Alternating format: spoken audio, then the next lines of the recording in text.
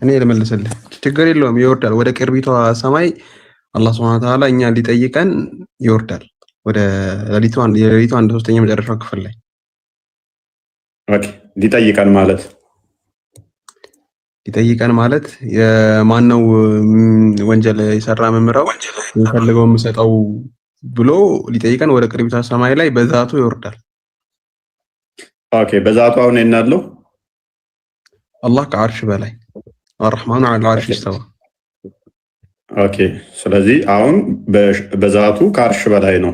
ከሌሊቱ አንድ ሶስተኛ ደግሞ እስከ 8 ሰዓት በኋላ ማለት ነው እስከ ጎስ ከሚቀድ ድረስ ይወርዳል።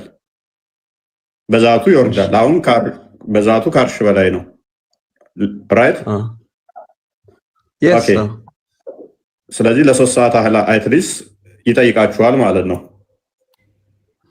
የሌሊቱ አንድ ሶስተኛ ላይ ይለያያል እንደየጊዜው ሱብሂ ሲቀርም ሲርቅም ይለያያል። አንዳንድ የሌሊቱ ረጅም የሆነበት ጊዜ አለ 3 ሰዓትም 2 ሰዓትም የሆነበት ጊዜ አለ። እሱ ለውጥ የለውም። ኦኬ አሁን አለ ያለው ምንድነው ደግመህ የምትጠይቀኝ? አርrahማኑ ዐለ አርሽ ኢስተዋ አልኩህ እኮ። ይሄ አርrahማኑ ዐለ አርሽ ኢስተዋ ያልከው ለአንተ ነው የሚሰራው ወይስ ከሌሊቱ 9 ሰዓት ለሆነላቸው ሰዎች የሚሰራል? ለሁሉም ይሰራል አላህ Subhanahu Wa Ta'ala ማለት ነው። ልንገርህ በምን አወቅህ? አሁን እኮ አንተ አላህ ከአርሽ በላይ ነው አልከኝ። በምኑ ስለ በዛቱ አልከኝ። ከሌሊቱ አንድ ሶስተኛ ላይ ደግሞ ከ8 ሰዓት እስከ 11 ሰዓት ላይ በዛቱ ይወርዳል አልከኝ። 9 ሰዓት የሆነባቸው ሰዎች ካሉስ ሌላ ሀገር ላይ እሺ አሁን እኮ ከአርሽ በላይ ላይ ሆነ ይችላል ወይስ ሁለት አላህ አለ? ማደናገር እፎይ አንድ ጥያቄ ማደናገርና እሱ የሚመልስ ችግር የለውም። ቆይ እንቀጥል። ጣልቃ መገቡ ከሆነ አስወርዳችኋለሁ። ሶሪ የጠየቁ ምንድነው እሱ ከሌሊቱ አንድ ሶስተኛ ላይ እስከ 8 ሰዓት ከምናምን እስከ 11 ተኩል አካባቢ ይወርዳል ወደ አንድ አሁን አላህ ያለው ከአርሽ በላይ በምኑ በዛቱ አላህ በዛቱ ከአርሽ በላይ ነው። ከሌሊቱ አንድ ሶስተኛ ሲቀር ደግሞ በዛቱ ይወርዳል። ስለዚህ እንደዛ ከሆነ አላህ ከአርሽ በላይ ነው አሁን ባልክበት ሰዓት ላይ ሌሎች ሀገር ላይ 9 ሰዓት 8 ሰዓት ተኩል 10 ሰዓት ከሆነ ወርዷል እኮ ከአርሽ በላይ አይደለም ማለት ነው። አለስ ለኔ ከአርሽ በላይ ነው በዚህ ሰዓት እዚህ ሀገር ላይ ላሉት ደግሞ ከአርሽ በታች ነው ማለት አለብህ፣ ወርዷል ማለት አለብህ። እሺ ልመልስልህ። አሁን ባለው እንትን ማለት ነው እግዚአብሔር ያያል አይደለም? እሺ ያያል ሲባል እኔ እዚህ ጋር ቁጭ ብዬ ተቀምጬ ነገር እያደረግኩኝ ነው። የሆነ ሰው አሜሪካ ላይ የሆነ ነገር እያደረገ ነው። እንዴት ነው የሚያየው እኩል ሰዓት ላይ ሁለቱን? እይታና መውረድ ምን አገናኘው? ለምን አይገናኝም? ያኛውን ያያል የሚለውን አንተ የፈጣሪ ነገር ስለሆነ አንተ ያያል የሚለውን አንተ በፈለግከው መንገድ አጸደቅከው አይደለም? ይወርዳል የሚለውንም አንተ በሰው ልጅ መንገድ አታጸድቀዋ። እሺ አዳምጥ። አይገናኝማ። እኔ እዚህ ጋር ውጭ ብዬ በአካል እዚህ ጋር ያለውን እያየው በአካል ያሌለውበት አሻግሬ ከአድማስ ማዶ ላይ ይችላል። ይሄ በግብራይ ቆይ በአይን አካል ተጠቅሜ ከአገር አቋርጬ ሩቅ ቦታ ላይ ይችላል። እንዴት እዚህ ጋር ማየህ እዛ ማዶ ያለውንም ተራራ አየህ ተብሎ ሊጠየቅ አይቻልም። ምክንያቱም እይታ አዳም እይታዬ እስከደረሰበት ድረስ በአካል ሳልገኝ ማየት ይችላል። አሁን ጥያቄው ምንድነው? አላህ እንዴት ዓለምን ያያል እንዴት ዓለምን ያውቃል የሚል ሳይሆን ጥያቄው በአካሉ ከአርሽ በላይ ነው የተባለው በአካሉ ከአርሽ አንደኛይቱ ሰማይ ላይ ይወርዳል ከተባለ ለአንተ በአካሉ ሲወርድ ለሌላኛውስ ነው አለስ ምን ሆነ አለበት ማለት ነው? አይደለም አሁን አንተ የተሳትከው እኮ ማለት ነው። ይወርዳል የሚለውን ትርጉም የተረዳኸው በሰው ልጅ አረዳድ ነው። ይወርዳል ማለት ከከፍታ ዝቅታ እንደ ሰው ልጅ ይወርዳል አይደለም። ፈጣሪ ያያል ሲባል ፈጣሪ ይሰማል ሲባል እንደ ሰው ልጅ ያያል እንደ ሰው ልጅ ይሰማል አይደለም። የሱ ከሰው ልጅ ሁሉ ምንም የሚያመሳሰል ለይታ ከሚስል ይሸይ ከሰው ልጅ የሚያመሳሰለው ነገር የለም። እሺ መልካም አይደለም። ስለዚህ ቆይ እኔ ዳቦ ስጠኝ ስለው የሰደብኩት ነው የሚመስለው ወይንስ ዳቦ ስጠኝ እንዳልኩት ነው የሚሰማው? ዳቦ ስጠኝ እንዳልከው ነው እንጂ የሚሰማው ይረዳሃል። ለፈጣሪ የሚሰጠው ባህሪና አንተ የምትጠይቀውና ለፈጣሪ የሚሰጠው ባህሪ ተረጋጋ። በደስ ተረጋጋ። ስለዚህ አይ እንደዛ አይደለም የሚሰማው እንደ ሰው እኔ ዳቦ ስጠኝ ስለ አንተ እንደሰማኸኝ ሁሉ እሱም ዳቦ ስጠኝ ስለው ይሰማል ማለት ነው። which is በድምጽ ላይ ሰማ ይችላል። አዳምጥ 10 ሰዎች እዚህ ጋር እኩል ብንናገር አንተ 10ሩንም እኩል ትሰማለህ። እሱ የችሎታ ጉዳይ ይሆናል። በቃ የችሎታ ጉዳይ ከሆነ ሌላ ጉዳይ ነው። መስማትና ለሰው ልጅ የሚሰጠው መስማት አንድ አይደለም ማለት ነው። ፕሊዝ የችሎታ ጉዳይና የባህሪን ጉዳይ ለይ። አሁን ሎክ አላህ በአካሉ ወደ ቅርቢቱ ሰማይ የሚወርድ ከሆነ በአካሉ ብለሃል፣ በዛቱ ይወርዳል። ወዴት? ወደ ቅርቢቱ ሰማይ። ስለዚህ ለአንተ ሲወርድ ለእነኛዎቹ አልወረደም ወይንስ ወርዷል? እየነገርኩህ እኮ ነው። የኢየሱስን አወራረድ ከሰው ልጅ ጋር አታመሳስለው። እሺ ፈጣሪ በእኩል ሰዓት ለምሳሌ የ10 ሰዎችን ነፍስ ያወጣል። ከአርሽ በላይ ነው ስትል አካሉ ነው አይደለም? ነው አላህ Subhanahu Wa Ta'ala ከአርሽ በላይ ነው በአካሉ። ምን አይነት ነው አካሉ? እንዴት ነው አካሉ ነው የሚለውን አንጠይቅም። እኛ አምነን አልጠየቁም። ምን ፕሊስ አልጠየቁም። ቶነን ቀንሰው ከአርሽ በላይ ነው ሉክ በላይ ነው ሲል በአካሉ ነው። ወደ ቅርቢቱ ሰማይ ወደ አንደኛይቱ ይመጣል ሲልም ደግሞ ስቲል በአካሉ ነው። መልሰ ደግሞ አታመሳሰል ይለኛል። ስለምን ማመሳሰል ነው? እየሮጠ ይምጣ፣ በፓራሹት ይምጣ፣ ቀስ ብሎ ይምጣ፣ እየተንከባለለ ይምጣ፣ አልጠየቅኩም። እኔ በአካሉ ስቲል ቅርቢቱ ሰማይ ይመጣል አይመጣም? ይመጣል። እንዴት እንደሚመጣ ግን እኛ አምነን ነው የምንቀበለው። እሺ ቆይ እሺ ቆይ አንዴ ግን ጠይቀህ እኔ እኮ ፖይንት አይደለም አሊ ትንሣኤ ምልክቶች መካከል ቆይ አንዴ እኔንም ማሰሚን አዳምጠኝ። ለምን እንዴ አንተ ብቻ ነው እንዴ የምትናገረው? እኔንም አዳምጠኝ። ከትንሣኤ ምልክቶች አንዱ ፀሐይ በመግቢያዋ ትወጫለች አትወጣም? መግቢያና መውጫ የሚባል ነገር የላትም። አንጻራዊ ነው ፀሐይ። እሱ ስህተት ነው፣ እስልምና ስህተት ነው። በአንጻራዊነት ምስራቅና ምዕራብ የሚባል ነገር አለ። ምንም የማይካድ ነገር ነው። ምስራቅና ምዕራብ የሚባል ዳይሬክሽን ሲጀመር የለም። እኛ ለመግባቢያ ብቻ የምንጠቀመው ዳይሬክሽን ይባል የለም። ከአንድ ጎን ወጣ በአንድ ጎን ትገባለች። ምስራቅና ምዕራብን ተወው ከፈለክ በአንድ ጎን ወጣ በአንድ ጎን ትገባለች አይደለም? ፀሐይ ምወጣና ምገባም አይደለችም። እሱም ከኛ ምድር ከሮቴሽን አንጻር የምንናገረው ነው። እሺ ግን ልስማማት ቀጥል በሰውኛ ስለሚነገር። ምክንያቱም ይሄ ምን ለምን እንደሆነ ታውቃለህ አሊ? ፀሐይ ጮረቃ ውስጥ መታ ትገባለች ስለሚል እናንተ እንደዛ ስለምታስብ ነው። እንደዛ የሚባል ሳይንስም የለም፣ ስህተት ነው አስተምሮ። ፀሐይ ጨረቃ ውስጥ መታ ትገባለች የሚል አለ? ፀሐይ መታ ጨረቃ ውስጥ ትገባለች የሚል አለ? በሚገባ አሳየኝ። እሺ ማስረጃ። ተው ሌላ ነገር ውስጥ አንግባ። ሌላ ነገር ውስጥ አይ ማስረጃ አትቀጥል። ለምን ትቀጥፋለህ? እኔ ልልህ የፈለኩት ማለት ነው ፀሐይ በመግቢያዋ ስትወጣ የትንሣኤ ቀን ማለት ነው ኢትዮጵያ ላይ ስትወጣ ፀሐይ ጮረቃ ውስጥ ትገባለች የሚል ባሳየስ? ቆይ ፀሐይ ጮረቃ ውስጥ ትገባው እናንተ ጋር ስለ ለምን ትቀጥፋለህ? እንደዛ አይልም አለ ክርስቲያን። ሶሪ ቤላ አንዴ ክፈችልኝ። ሱራ 18 ሱረቱ ካፍ 86 እስከ 90 አካባቢ ከ86 ጀምረሽ አንዴ ክፈችልኝ። ተፍሲሩን ትከፍትልኛለህ። የኢብኑ ከሲርን ተፍሲር ታያለህ። ተፍሲሩን ትከፍትልኛለህ። ችግር የለም። በአዲስ ፈስርልሃለሁ። ምን አለፋ ነብይ ፈስሮታል። ምን ተፍሲር ብቻ አስፈለገ? ነብይ በደንብ መልሶታል።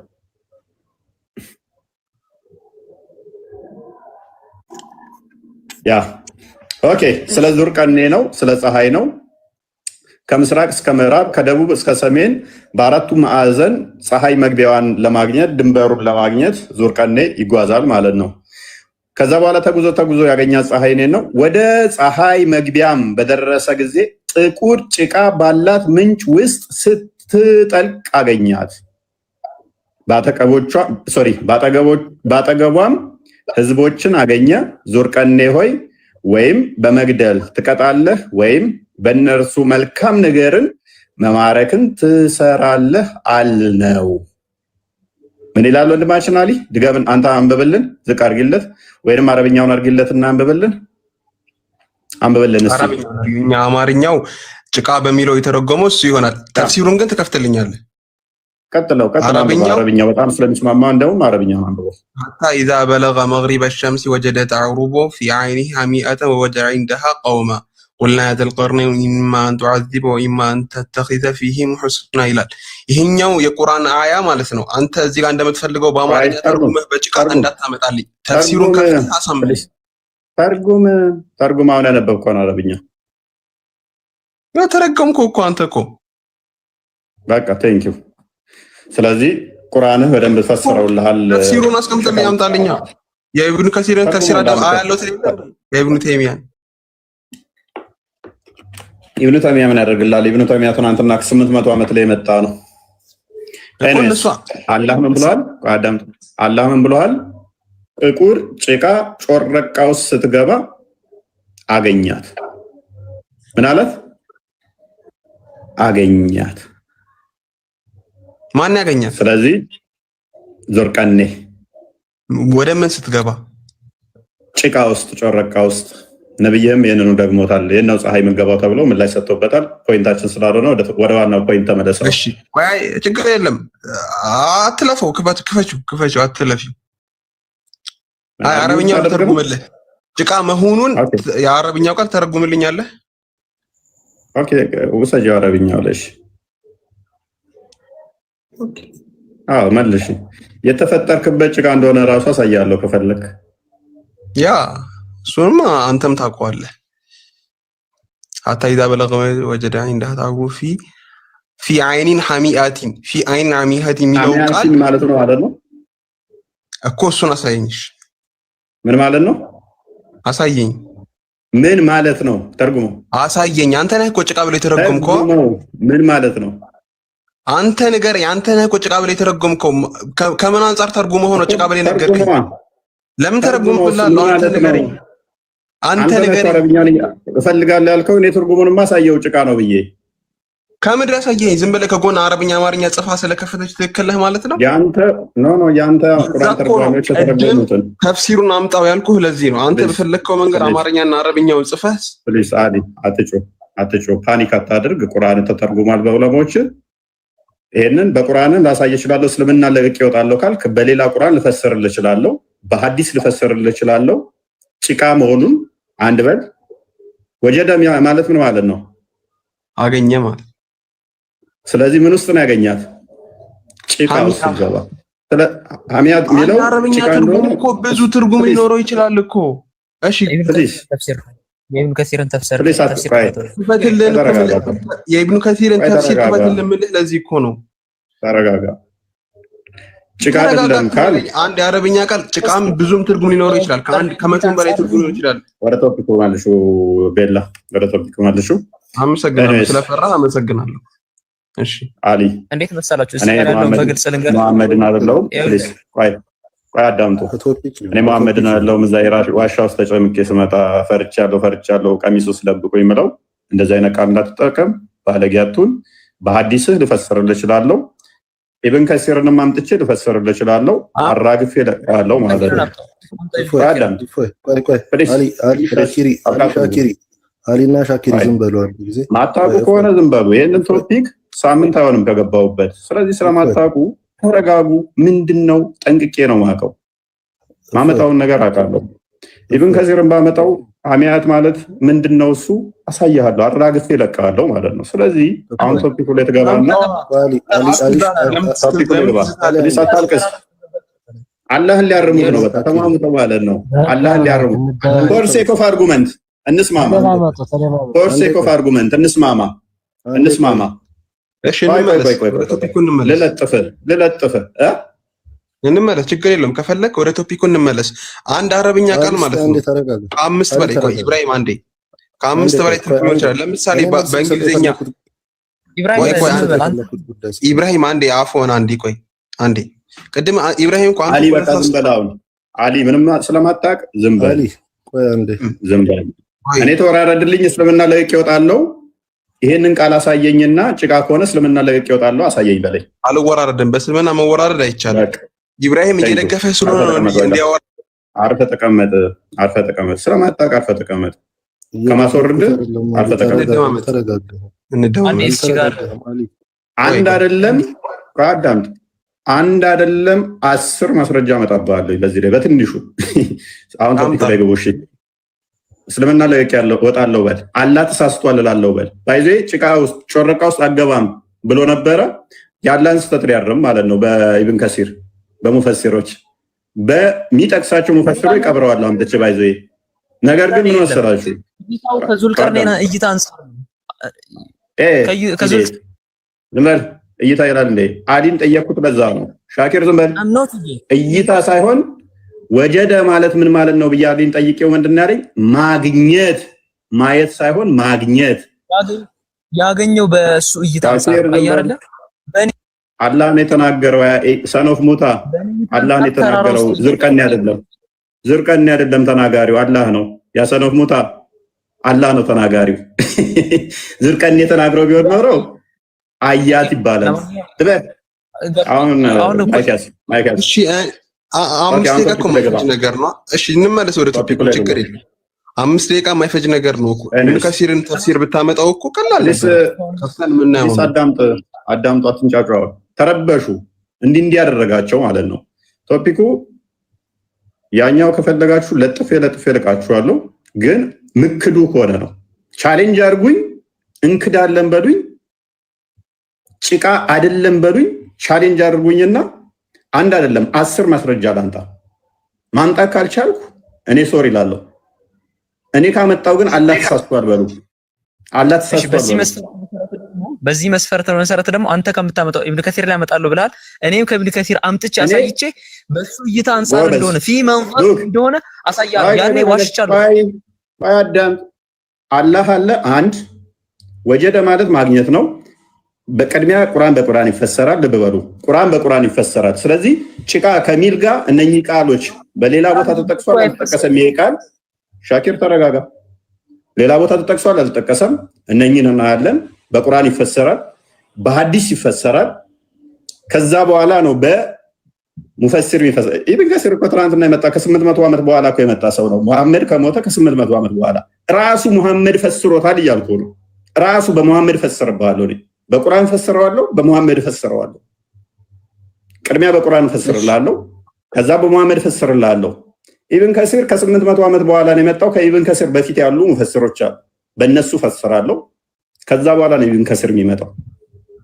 መሐመድ ከሞተ ልብ በሉ፣ ከስር ያላችሁ ውዶቼ ሙስሊሞች፣ ኢብኑ ከሲር የሚሏችሁ ሰውዬ መሐመድ ከሞተ ከ800 ዓመት በኋላ የመጣ ሰው ነው። ወደ 800 ዓመት ያሰነው ሞታ አላህን የሚያርባው ኢብኑ ከሲር ከ800 ዓመት በኋላ መጥቶ ነው። ነብይህ ምን ብሎታል? አንድ ነብይህን አታምነው እንዴ? እሳቸው በእይታቸው አንፃር ነው፣ በእይታ ነው ነብይ ያለው። እንደዛ ነው ነብይ እንደዛ ነው ያለው። ቻሌንጅ አድርገኝ ነው በልና እይታ ነው ብሏል ነብይ በል። እንደዛ አላሉ ቻሌንጅ አድርገኝ አላሉም ያሉበትን ማስረጃ ወጣው። አላሉም ያሉበትን ማስረጃ ወጣው። በእይታ ነው ብሏል በልና ቻሌንጅ አድርገኝ። ቻሌንጅ አድርገኝ ይሄው አድርገናል። ቻሌንጅ አድርገናል። አውጣው። ኦኬ ነብይ ትገባለች ሊትራሊ እንዳለ ባመጣ ነብይ ተሳስቷል ትላለህ? ወደ ጭቃ ትገባለች የሚል ኦኬ። እዚህ ፖይንት ላይ ቁም። ዛሬ እዚህ ቤት ነው የገባችው። ነብይ ጭቃ ውስጥ ትገባለች እንዳለ ባመጣ ተሳስቷል ትላላችሁ? ቆይ ሎጂካሊ ኒድ ቆይ አሊ ሊስማማ ነው።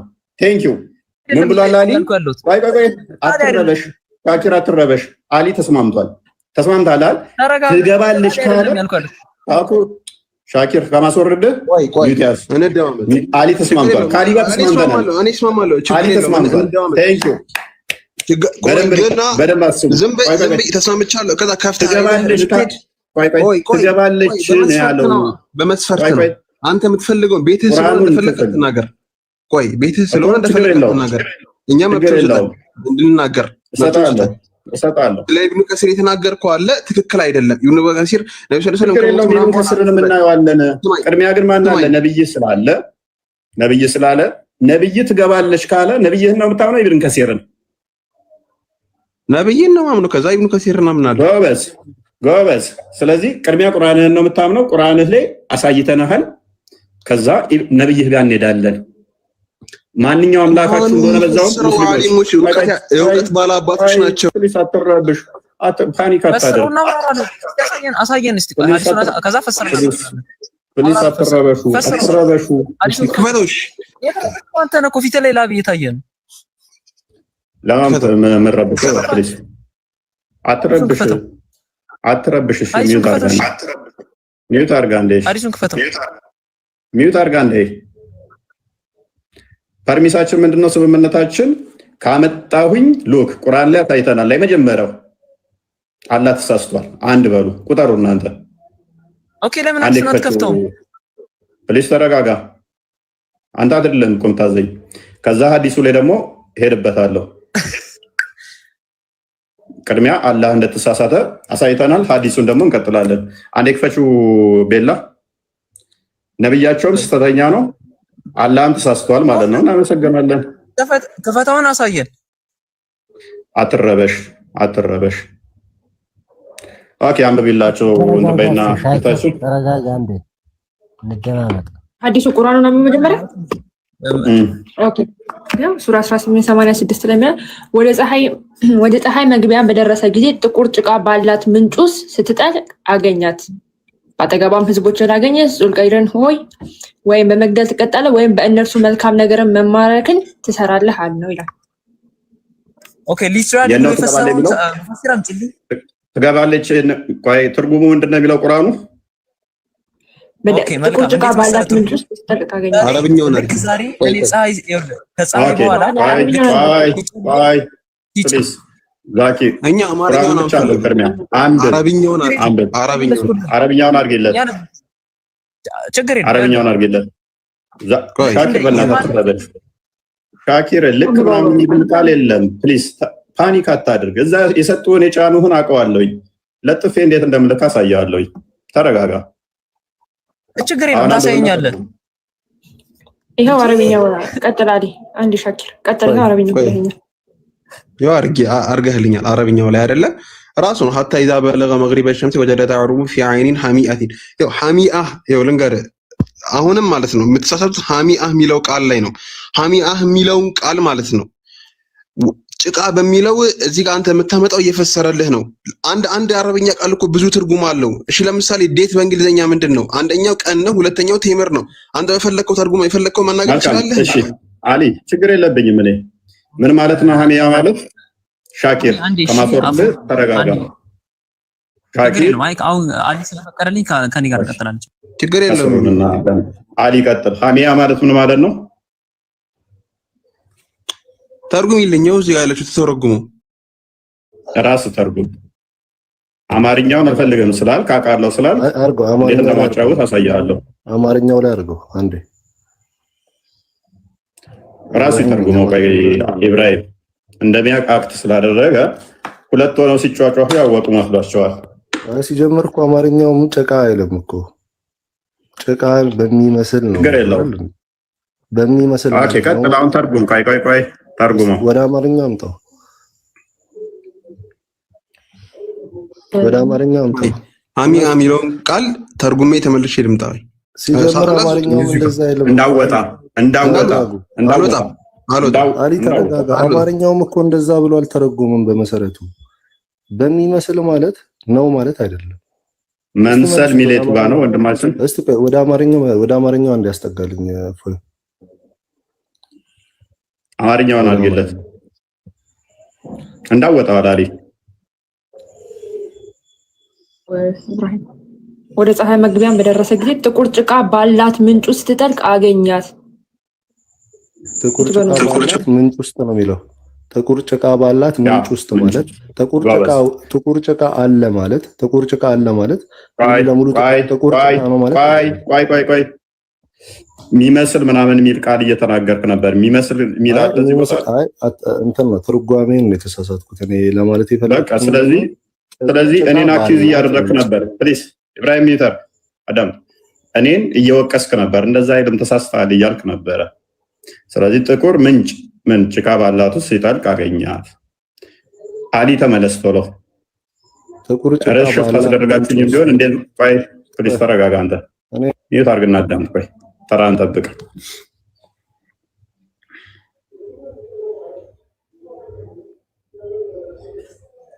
የጠበቅን ነው አሊ።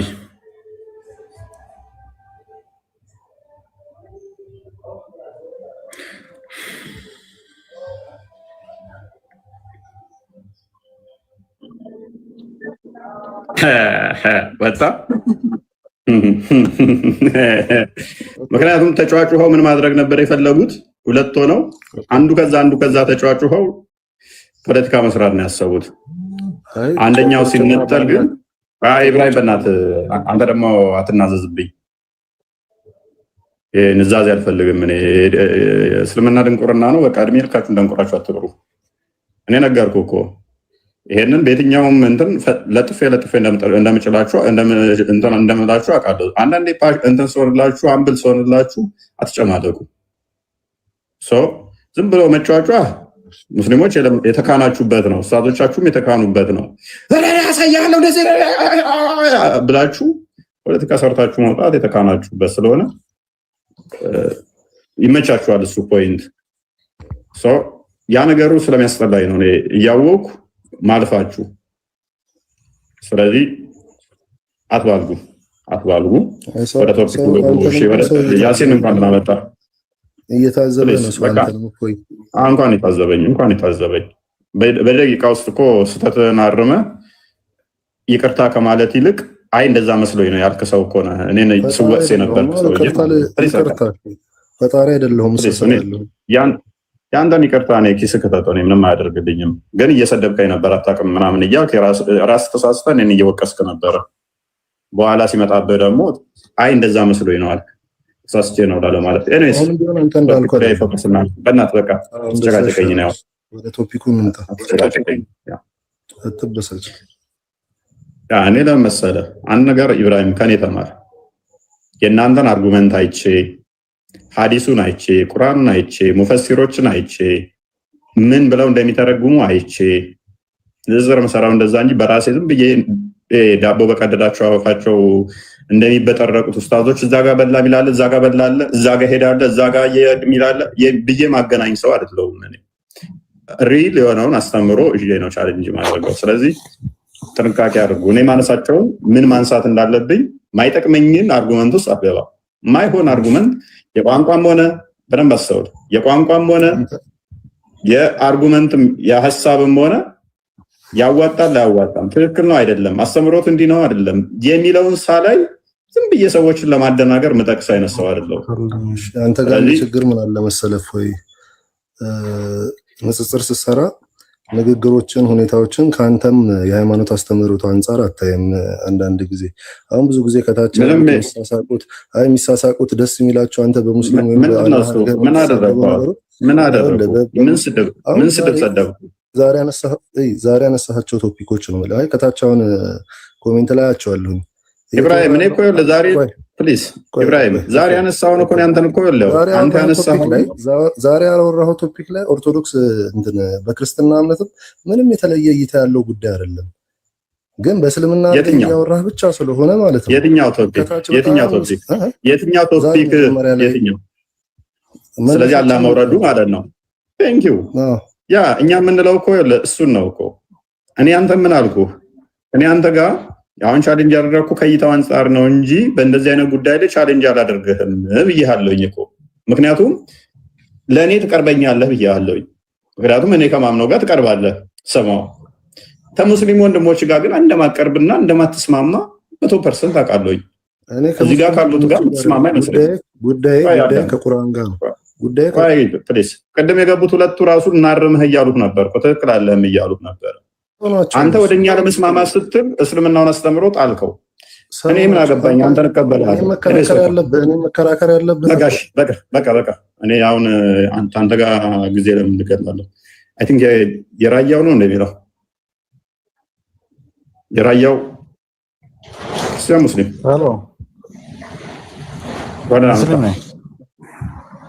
መልካም።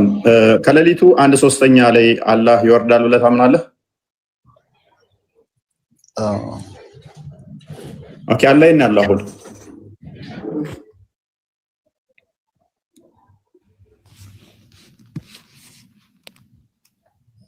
አላህ ይናላህ አሁን የት አላህ ይናላህ? አዎ ማለት አላህ ነው የምትለኝ? አላህ የና ያለው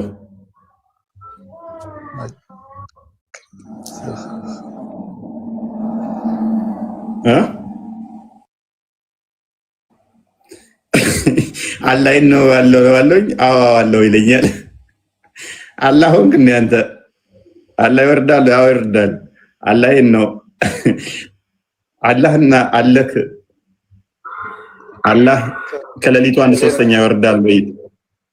ሰላም ናቸው። እንዴት ነው ቤተሰብ ሁሉ ሰላም ናቸው? አሺም እንዴት ነህ? አላህ ሰላም ነው። ሁሉ ተማም ነው። ምን ነው እቺ እንትና የሰኮ ልጆችን በቃ ጦጣ ያረክ ከባድ ጥያቄ እኮ ነው ይሄ። የአላህ ነገር መጠየቅ ከባድ ነው። ያው ሰው ልጅ እውቀቱ አጭር ነው። ብዙም ያክል ደረጃ አላካ ወይም ፈጣሪ ጋር የመድረስ ራሱ ከባድ ነው። ያ ግን ከባድ ቢሆንም ደግሞ እኮ አንዳንዴ የምታምነውን ደግሞ ማስረዳት አለ አይደለ? በሙላት ፈጣሪን ላገልጸው ትችላለህ። ነገር ግን ከባድ ነው ብለህ መጠየቅ አላህን አትጠይቁ ደፍነው አታልፍም መቼም አይደል? እሱ ቀድማ እንደርሱበትም እኮ አሁን አላህ የት ነው ብንል አላህ የትን ብትሆን ያየናል። እኛ ግን አናየውም፣ ግን እንደምናይ አድርገን ነው የምንቆጥረው። ስለዚህ አላህ የት ነው አሁን ያ እሺ አርሽ ላይ ነው። አርሽ ላይ እንዳለ ነው። አርሽ ላይ በመሆኑ ደግሞ አርሽ ላይ ማለት ደግሞ አርሽ በላይ ነው። በቃ የሱ እውቀት አሁን ከፈጠሩ ፍጥረት በሙሉ በጣም ታላቅ ፍጥረት ባለው አርሽ ነው። ከአርሽም በላይ እንደመሆኑ የሚያመለክት ነው እንጂ እሳ መቀመጡ አይደለም የሚያመለክተው። ከአርሽ በላይ ነው እሱ እውቀቱ ምኑ ማለት ነው። በቃ ግብሩ ወይም በቃ ሁሉ ነገሩ። መልካም እሺ። ያ ከአርሽ በላይ የሆነው በዛቱ ነው በእውቀቱ ነው? ከአርሽ በላይ የሆነው በእውቀቱም ይሁን በሰዓቱም ይሁን በሁሉም ነገሩ በቃ ከአርሽ በላይ ነው። አርሽ ጋር ፍጥረት ሁሉም አርሽ ነው ታላቅ በቃ ትልቅ እንባል ማለት ነው። ስለዚህ ከአርሽ በላይ እውቀቱ የለም ማለት ነው። በእውቀቱ የለም ማለት ነው። በእውቀቱ ሳይሆን ሲጀመር አርሽ እውቀት አለው እንደ አርሽ ከፍጥረት ታላቅ ነው እንጂ የአርሽ እውቀት አላህ በሁሉም ነገር በቃ ከአርሽ በላይ ነው በቃ የሚያመለክተው። ኦኬ ዛቱ ካላህና ከአርሽ ማን ይበልጣል? አርሽ በጣም ትልቁ ግዙፍ ነው አልከኝ። በዛት ከአርሽና ካላህ ማን ይበልጣል? ከአርሽና ካላህ ማን ይበልጣል? አላህ ነው እንጂ አላህ ከምንም ጋር አይወዳደርም። ስለዚህ አላህ ግዙፍ ነው ከአርሽም በላይ ማለት ነው። በግዙፍነት አይደለም በሁሉም ነገር በቃ አላህ በምንም ነገር አይወዳደርም። አርሽም በጣም ታላቅ ባለው እሱ በላይ ነው በቃ። ኢብራሂም እንደዚህ ብሎ ያምናል። ትክክል ነው።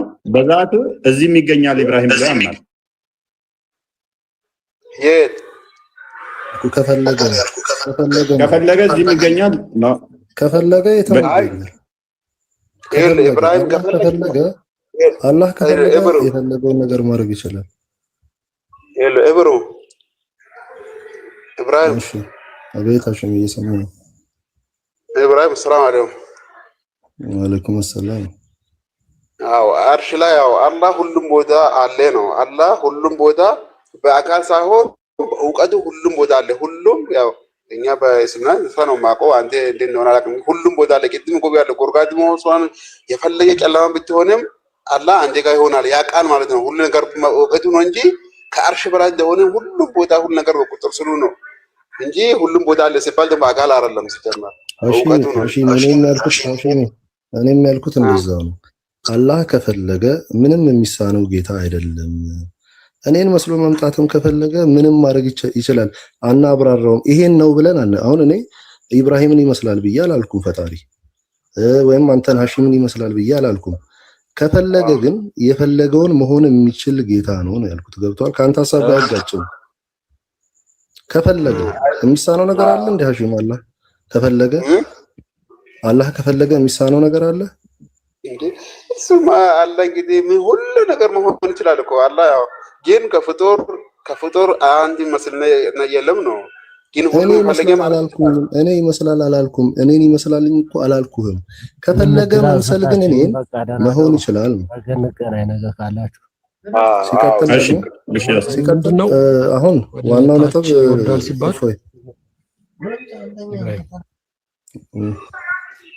ወደ ታች ያዳምጣል ሲባል ይሄ ፊዚካሊ እንደዚህ ዲፋይን ተደርጎ እንደ ሰው ልጅ ወርዶ ያዳምጣል ማለት አይደለም። ማዳመጥ ቢፈልግ ታች መውረድ አይጠበቅበትም ካለበትም። ኢብራሂም ከእናንተ ጋር እንሰማው በአካል ጉዳይ ላይ ልዩነት አለው። ሰው ኢብራሂምን ተውትና የእናንተ ሀሺም ስለዚህ ከለቢቷ አንዴ ነቢል አይ ቲንክ ሀሺም ይቀጥልና ኢብራሂም ከኛ የሚለየው ብዙም ነገር የለም። ያው አንድ ሀሳብ ነው እሱ ያለው። አንተ ባርከው እሱም ይገኛል፣ ሌላም ቦታ ይገኛል። እሺ ከሌሊቱ አንድ ሶስተኛ ነው አላህ ይወርዳል አይወርድም? አላህ አስቀምጧል። ያው የሚወርደው ግን በአካሉ ሳይሆን የአላህ አካልም የሚወርድና የሚወጣ ብቻ ሳይሆን ሁሉም እንደፈለገ መሆን ነው። አካልም ነው። እሺ ምንድነው የሚወርደው ከሌሊቱ አንድ ሶስተኛ ምንድነው የሚወርደው? አንድ ሶስተኛ የሚወርደው የአላህ ረህመት ነው። የአላህ ረህመት ወይም ሌላ መጣ ማለት ነው። ከቀድሞቹ ደግሞ የሚለይ አንደኛው መልአክ ነው አለ፣ አንደኛው ደግሞ አላህ ነው አለ፣ አንደኛው ደግሞ ምንድን ነበር ያለው? መልአክ አላህ። አሁን ደግሞ ምን መጣ? እዝነቱ። ኦኬ ቀጥል። እሺ ረህመቱ ሲባል ለምሳሌ እኛ ሲሆን ስንለም ቅርብ ሆኖ ረህመቱ በረህመቱ ነው የሚወርድ እንጂ አላህ ራሱ አይደለም።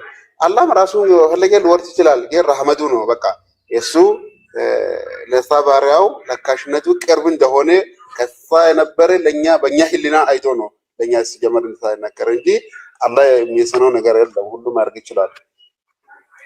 ያ ማለት ምን ማለት ነው? የአላህ እዝነቱ ከሆነ ከሌሊቱ አንድ ሶስተኛ ላይ ወደ ቅርቢቱ ሰማይ የሚወርደው የአላህ እዝነት መናገር ይችላል። ሀሺም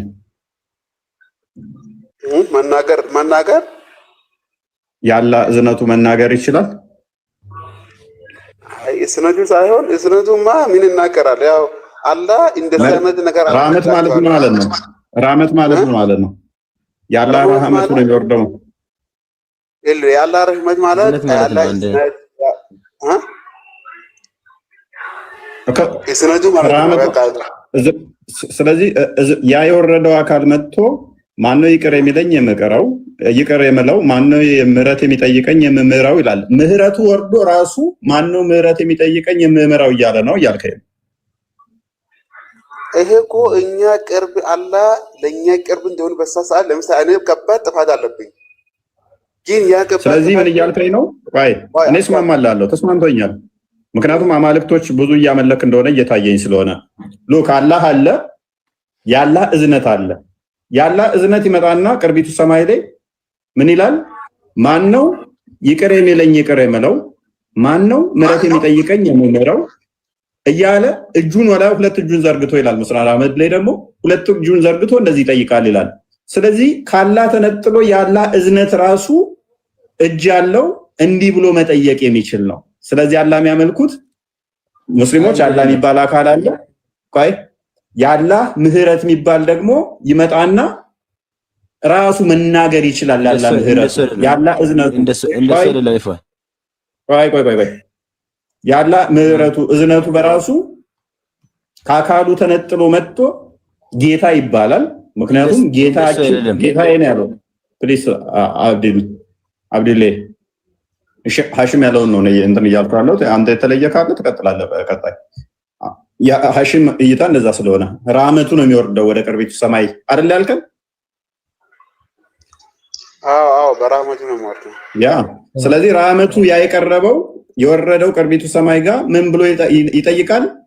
ማን ነው ይቅርታ የሚጠይቀኝ ይቅር የምለው፣ ማን ነው ምህረት የሚጠይቀኝ የምምረው ብሎ ይላል፣ ይጠይቃል። አንድ በሉ። ሁለተኛ ጌታዬ ከሌሊቱ አንድ ሶስተኛ ይወርዳል ብሎ የተናገረው መሐመድ ነው። የአላህን ምህረት ምን ብሎ ጠርቶታል? ጌታዬ አምላኬ ብሎ ጠርቶታል። አንድ ያ የወረደው ደግሞ መናገር ይችላል። ሁለት እጆቹን መዘርጋት ይችላል። ሶስት ስለዚህ አላህ ላይ ያለ ከአርሽ በላይ እንደ ሀሺም እይታ ከአላህ የሚመጣው ረህመት ደግሞ ጌታ ነው፣ አምላክ ነው። እንደገና ደግሞ የሚምር ነው፣ ይቅርታ የሚያደርግ ነው። ስለዚህ ያ የወረደው ምህረቱ ፍጡር ነው፣ ፍጡር አይደለም። ሀሺም ረህመት ሲባል እኮ አንዴ ላይ አይቴ እኮ ፍጡር ነው፣ ፍጡር አይደለም። ቆይ እኮ ፍጡር ነው ፍጡር አይደለም? ቆይ ፍጡር ነው ፍጡር አይደለም? ቆይ ፍጡር ነው ፍጡር አይደለም? ቆይ እንደ ሰቃላ ደስ የአላህ ረህመት ፍጡር ነው ፍጡር አይደለም? የአላህ ረህመት ማለት እኮ የአላህ ቃል ወይ እንደ ቃሉ ለምሳሌ እኔ እዝነት እንደማለት እኮ ነው። ረህመት ማለት እዝነት ነው። በቃ የኔ የአላህ እዝነት ሐሺም አንተ አሁን አንተ ያንተ አረዳድ ማለት ነው። ቆይ አንዴ ያንተ አረዳድ ምንድነው? አላህ ነጥሌ ረህመትም አነጥሌ ከዛ በኋላ ምን ለረህመትም ህይወት ሰጠው ነፍስም ሰጠው።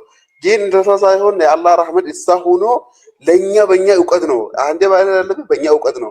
ለምን በእኛ በሚገባ መልኩ አርጎ ነው እንጂ ለኛ ነገር እንጂ አንዴ ነጣጥሌ አላህ እንደሱ ነው ረህመት እንደሱ ነው እንደምትናጠራ አይደለም።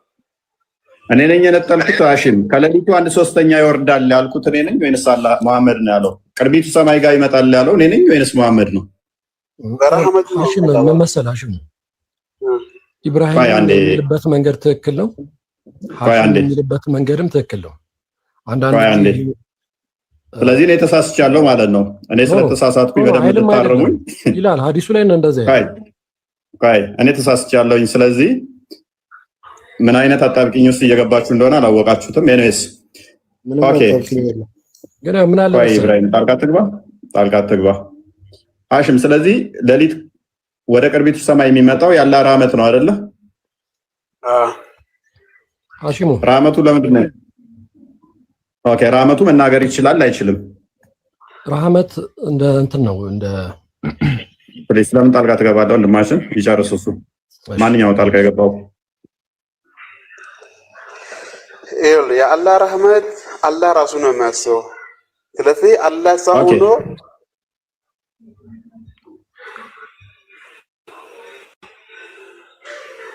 ልቀጥል። ያ አሁን እኮ ግራ አጋባኝ ሐሺም። አንዴ አላህ እዛ ሆኖ ትለኛለህ፣ አንዴ ቅርብ ሰማይ ወርዶ ትለኛለህ። እኔም እኮ ግራ ያጋባኝ ነው። ለምን የአላህ ረህመት ሌላ ስም ሰጠነው? ሲጀምር የአላህ ከሰማን ስሞቹ አንደኛው ረህመቱ ነው አሳኙ ማለት ነው። ስለዚህ በስሙ ምሳሌ ተቀምጠዋል። ከዛ ደግሞ ወርዶ ረህመቱ ነው እንጂ ለኛ ቅርብ እንደሆነ አርጎ ነው እንጂ ለኛ ልባችን ለሳ ነገር ጉጉት እንድኖር አርጎ ነው እንጂ አንዴ እንደምታወራለ ወይም እንደምታስበው አይደለም። እሺ መልካም ሴንስ ያለው ነገር እያወራ አይደለም ሐሺም። አይዶን ነው ዛሬ ለምን እንደዚህ እንዳልክ አልገባኝም። ምክንያቱም ለመሰለ ሐሺም የወረደው አካል ማን ነው ምህረት የሚጠይቀኝ የምምረው፣ ማን ነው ይቅርታ የሚጠይቀኝ ይቅር የምለው ብሎ መናገር የሚችል ነው። ካላህ አልተለየም ካልከኝ ኦኬ ያላ ንግግሩ ቅርቢቱ ሰማይ ጋር መጥቶ ይመለሳል እያልከኝ ነው ወይንስ? እንደዛ ከሆነ ደግሞ ለኛ ምንድነው ጥቅሙ? እኛ ጋር ማይመጣ ከሆነ ቅርቢቱ ሰማይ ጋር ለሊት ጠብቆ እንደዛ ቢሆን ከሆነ ምንድነው ጥቅሙ? ራይዳ ሰሊን ቤላ ራይዳ ሰሊን 420 አንዴ ክፈችልን እንዴት እንደምትወጣው ይሄንን አዲስ አይሃለሁ። ግን ምንድነው አሁንም ልስማማልህ ረህመቱ ነው ብለሃል። ስለዚህ አላህ ሳይሆን የሚመጣው እዝነቱ ነው የሚመጣው ካልክ ነብይህ እንደዛ ብሎ የተናገረበት አለ? እኔ አዲስ ወደ 20 ረህመት ማለት አላህ ነው የተናገረው።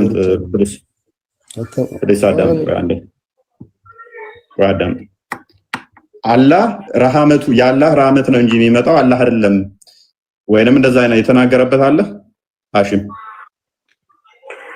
እንግዲህ አላህ ሁሉን ቻይ ነው። በረህመቱ ይመጣል፣ በራሱ ይመጣል፣ በራሱ አሁን ይሄ ነገር በጣም ገባት ሲጀምር። አሁን ደግሞ ሌላ ሐሺም አሁን ደግሞ መልሰህ ሽፍት ልታደርግ ነው። አሁን ደግሞ ሁለት አደረገው። ራሱም ይመጣል በረህመቱም ይመጣል ብለህ ደግሞ ሌላ እንትን ውስጥ ልገባ ነው። ኤሬሴና አዲስ እስቲ ፈስረው እሺን አዲስ ፈስራት እስቲ ቀይሮ ወደ አማርኛ ትራንስሌት ነው። እሺ አሚቡ አንዴ እንትና ቤላ እሺ ምን ይላል? የአላህ መልእክተኛ እንደዚህ ያለ ይላል Allah has divided mercy into 100 parts። አላህ ምህረቱን 100 ቦታ ከፋፈላቸው። and he retained with him 99 parts። ከራሱ ጋራ 99ኙን አስቀመጠ ወይም 99 ክፍል and sent down to earth 1 part። ከመቶዎቹ 99ኙን ለራሱ አስቀመጠ፣ አንዱን ደግሞ ወደ ምድር ላከ ይላል። እንግዲህ ድረስ ብቻ ኦኬ ቴንክ ዩ። ያልተላከ የለም። ሌሎች አዲሶች ላይ በደንብ ያብራራዋል። ለሰው የተላከው አለ፣ ሌላኛው ግን አልተላከም። ከማንኛውም በምድር ላይ የሚሆነው ጸጋ እንደ ቁርአን መሰረት ምህረቱ ከአላህ ነው አይደለም? አላህ ነው። ስለዚህ ሌሊት ከቅርቢቱ ሰማይ ጋር የአላህ ምህረት እዛው ተንጠልጥሎ የሚቀር ከሆነ ለኔ ምን ነው የሚጠቅመኝ? ምድር ላይ ያለው ጸጋ ከሱ ከሆነ አሁን ሌሊት ላይ እኔ አሁን ተኝቼ በጣም ከባድ ወንጀል ኃጢአት አለብኝ፣ አላህ ይቅር ማለት ይፈልጋለሁ። እንቅልፍ ግን ላሸንፍ አልችልም። እንቅልፍ ግን ለማሸነፍ ያን ጊዜ የሚነሳ አላህ ባሪያ የሚነሳ እንቅልፉ አሸንፎ ያ ዱባጉ ድካሙ አሸንፎ የሳን ሰዓት ተነስቶ ማንም ድምፅ ወይም ጫጫታ ባይለበት ጸጥ ብሎ አላህ ለምኖ አለቅሶ ያን ጊዜ እንደሳለት ነገር ለኛ ልባችን ወይ የደረቀ ልባችን ወይ አእምሯችን ለስላሴ እንዲኖረው ነው እንጂ አላህ እንደሳለ ማለት ፈልጎ አላገኘኝም። ፖይንት ጥያቄን አላገኘው። ምንድን ነበር ያልኩህ? ማንኛውም ምህረትም ሆነ ጸጋኛ ላይ ያለው ካላህ ነው አይደለም አልኩህ። ምክንያቱም አንዷን ምህረት ሰጥቻቸዋለሁ ስላለ ነው አልከኝ። ከሌሊቱ 9 ሰዓት ላይ ያላ ምህረት ለ3 ሰዓት ያህል መጥቶ ማነው ይቅርታ የሚጠይቀኝ ይቅር ምለው፣ ማነው ምህረት የሚጠይቀኝ የምምረው እያለ ሰማይ ላይ ተንጠልጥሎ ከቀረ እኔ ጋር ማይመጣ ከሆነ ነንሴንስ። ያላህ ምህረት በዛን ሰዓት ላይ ወደ ምድር ማይመጣ ከሆነ ሰማይ ላይ ተንጠልጥሎ ቢቀር ከሆነ አላህ ማይመርበት ጊዜ አለ። ውሺዝ ከሌሊቱ 8 ሰዓት እስከ 11 ሰዓት ላይ የሱ ምህረትና ጸጋ በእኛ ላይ አይደለም የኛ ያለው ከአርሽ በላይ ነው። አይሚን ከሰባተኛ ሰማይ ከቅርቢቱ ሰማይ በላይ ነው ያለው። እሺ እኛ ወንጀል ስንሰራ ወንጀል ሁሉ እኩል ነው? ምን አገናኘው ወንጀል ነው ይሄ? አይ ለምሳሌ ኦኬ አብዱል ይቀጥል። እሺ ሜቢ ሐሺም እስቲ መረጃ አዘጋጅ። እስከዛ አይ ቲንክ የሚደግፍ መረጃ የምታመጣ አይመስለኝም። አውቃለሁ እይታው እንዳለ። እስቲ መረጃ ግን ማየት ፈልጋለሁ። እንደዛ ብሎ የፈሰረ ካለ መረጃውን አዘጋጅልኝ። ቀጥል አብዱል። ምንድነው መሰለህ እኮ ብዙ ሰዎች እኮ ብዙ እውቀት የላቸውም። በዛም ደግሞ ቁርአኑ ያን ቦታ እነሱ ቀርተው የሚፈስሩት አይደሉም። ቢሆንም ይሄን በሆነ ነገር ውስጥ ገብቶ ይሄን ነገር መፈሰር የሚያውቁት ሌሎች ነው እንጂ እነሱ አያውቁም። ማያውቁትን ነገር እናውቃለን ከሚሉት አናውቅም ብሎ ቢቆሙ ወይ ማያውቁትን ነገር ጠይቀው ቢረዱ ይሻላል እንጂ ማለት ነው። እኔም አንድ ነገር አሁን ምን ቢፈልገው ነገር አንድ ነገር ከክርስትና ተምሬ ወይን ሊረዳ የሚፈልገው ነገር አለ። ይሄን ነገር ለመጠየቅ ብዙ ጊዜ ጠይቄያለሁ። በኋላ ያልክ እኮ አስወጣኝ። ባለፈውም እንደዚህ ብዬ ነበር። አሁን አንድ ጥያቄ መጠየቅ ፈልጋለሁ አንተን። እንደዚህ ብዬ ነበር። አያውቁም ብለህ እኮ ነው መልስ እየጠበቅን ነበር እኮ ልታርማቸው መስሎ። ይሄ ነገር ምንድነው መሰለህ? እሺ እሱን ሊበልህ የሚያውቃትን የሚያታክል ማለት ነው። እሺ ቀጥል። እኔ የምለው ነገር እዝነት ማለት እዝነት ከአላህ የሚነጠል ነገር አይደለም። አላህ ያለበትን ቦታ ሆኖ ለሰው ነገር የሚያወርድ ነገር ለባሮቹ አዝኖ የሚሰጥ ዝናብም ቢሆን ጸጋ ሀብትም ቢሆን ምናልባት ፍትናም ቢሆን ጸጋ ነው። ለእስልምና አስተምሮት ማለት ነው። ለአንድ ሰው ባሪያ ላይ ለሆነ ፍትና ነገር ወይን ህመም ወይን ድህነት ምንም ነገር ካወረደ ምናልባት ያን ሰው የሚፈትነው ወዶ ነው። ምናልባት ፈተናውን እንዴት ሆኖ እንደሚያልፍ ለማየት ማለት ነው። ይሄን ለኛ እዝነት ነው ብለን ነው እንትን ነው ማለት ነው። የእስልምና አስተምሮት ማለት ለአንድ ነገር አላህ ካዘና ጸጋም ይሰጣል፣ ድህነትም ከሰጣ ይሄም ፈተና ነው። ይሄ ፈተና አልহামዱሊላህ ተመስገን ብለን እንደምናልፍ እኛን ለማየት ነው። እሺ መልካም። ስለዚህ እዝነቱ ከሱ የሚነጠል ነገር አይደለም። ስለዚህ ከቅርቢቱ ከሌሊቱ 1/3 ላይ ወደ ታች ይወርዳል ጌታ ያለው ማን ነው? እሱ ብለህ ነው የምታምነው? አላህ ከአርሽ አይወርድም። መቼም አንድ ጎደኛዬ ጋር ሆኜ ቢቀመጥ ሶስተኛ አላህ አለ። ከውስጤ ነገር እኔ ያሰለፍኩትን ነገርና የሚመጣውን ነገር ሁሉ ነገር የሚያውቅ የሚችል ነው። በፊት የሚመጣውና እኔ እኮ አያውቅም አልወጣኝም እኮ ወንድማችን። ከሌሊቱ 1/3 ሰዓት ሲቀር ጌታዬ ወደ ቅርቢቱ ሰማይ ይወርዳል ብሎ የተናገረው አላህ አይሚን መሐመድ ማንን ነው? ይወርዳል አላህ ይወርዳል። አንዴ ሐዲስ ወጥፋችሁ ቤላ እሱ ይቀረኛል ማለት ምንድነው መሰለህ? እናንተ የምትከፍቱትን ሐዲስ ራሱ በአማርኛ አታረጉም። አንደኛ ደረጃ እንግሊዝኛ ብታነቡ ራሱ እንግሊዝኛ ስማቸው ላይ እንደዚህ ማለት ነው። ይሄው አላህ እሺ ተርጉሚለት። ይሄው ምን ይላል? አላህ wait till when 1/3 of the first part of the night is over። አላህ 1/3ኛው የሌሊቱ ክፍል አንድ የመጨረሻ ነው እስከሚያልቅ ጊዜ ይጠብቅና he descended to the lowest heaven and says ኦኬ ወደ ቅርቢቱ ሰማይ ይወርዳል ይላል። 1/3ኛው የምሽቱ ክፍል እስኪያልቅ ድረስ ይጠብቅና ወደ ቅርቢቱ ሰማይ ይወርዳል። ከዛ ምን ይላል? is there any ወደ ማንኛ አርጊው አይሻ እንዴ ለተረጉምላችሁ ችግር ግን is there any supplicator of forgiveness ምሕረት ይለምነኛል? is there any penitent? is there any petitioner እያለ for mercy and favor is there any supplicator till the day break ኦኬ እስከ ጠዋት ድረስ መጥቶ ማን ምሕረት የለመነኝ ማን ይቅርታን የፈለገ እያለ ይጠይቃል ይላል። ወደ ቅርቢቱ ሰማይ ወርዶ ኦኬ አንዴ ተርጉሚለት።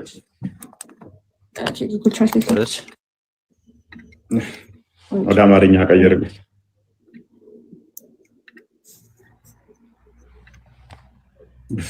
አስቸጋሪ ሁሉም የተለያየ ነው ያላችሁ። ሁሉም የተለያየ እውቀት ይጠላል። ግሬለም ቆይስ አየረችው እሻም በባው ማነው አብዱ እውቀት ይጠላል። ደስ ይላል። እሺ አላህ በሌሊቱ መጀመሪያው ክፍል 1/3 እስኪያልቅ ድረስ ይጠብቃል። ወደ ታችኛውም ሰማይ ወርዶ ምህረትን ይለምናል። የሚለምን አለን ጥያቄ ነው። እስኪያልቅ ድረስ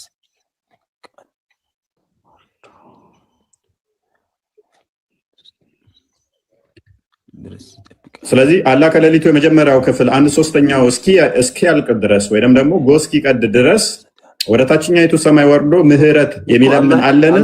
የሚጸጸት አለ? አላህን እኮ ነው እኮ ማነው እሱ ወደ ቅርቢቱ ሰማይ ወርዶ እንደዚህ የሚጠይቀው? ተጠያቂ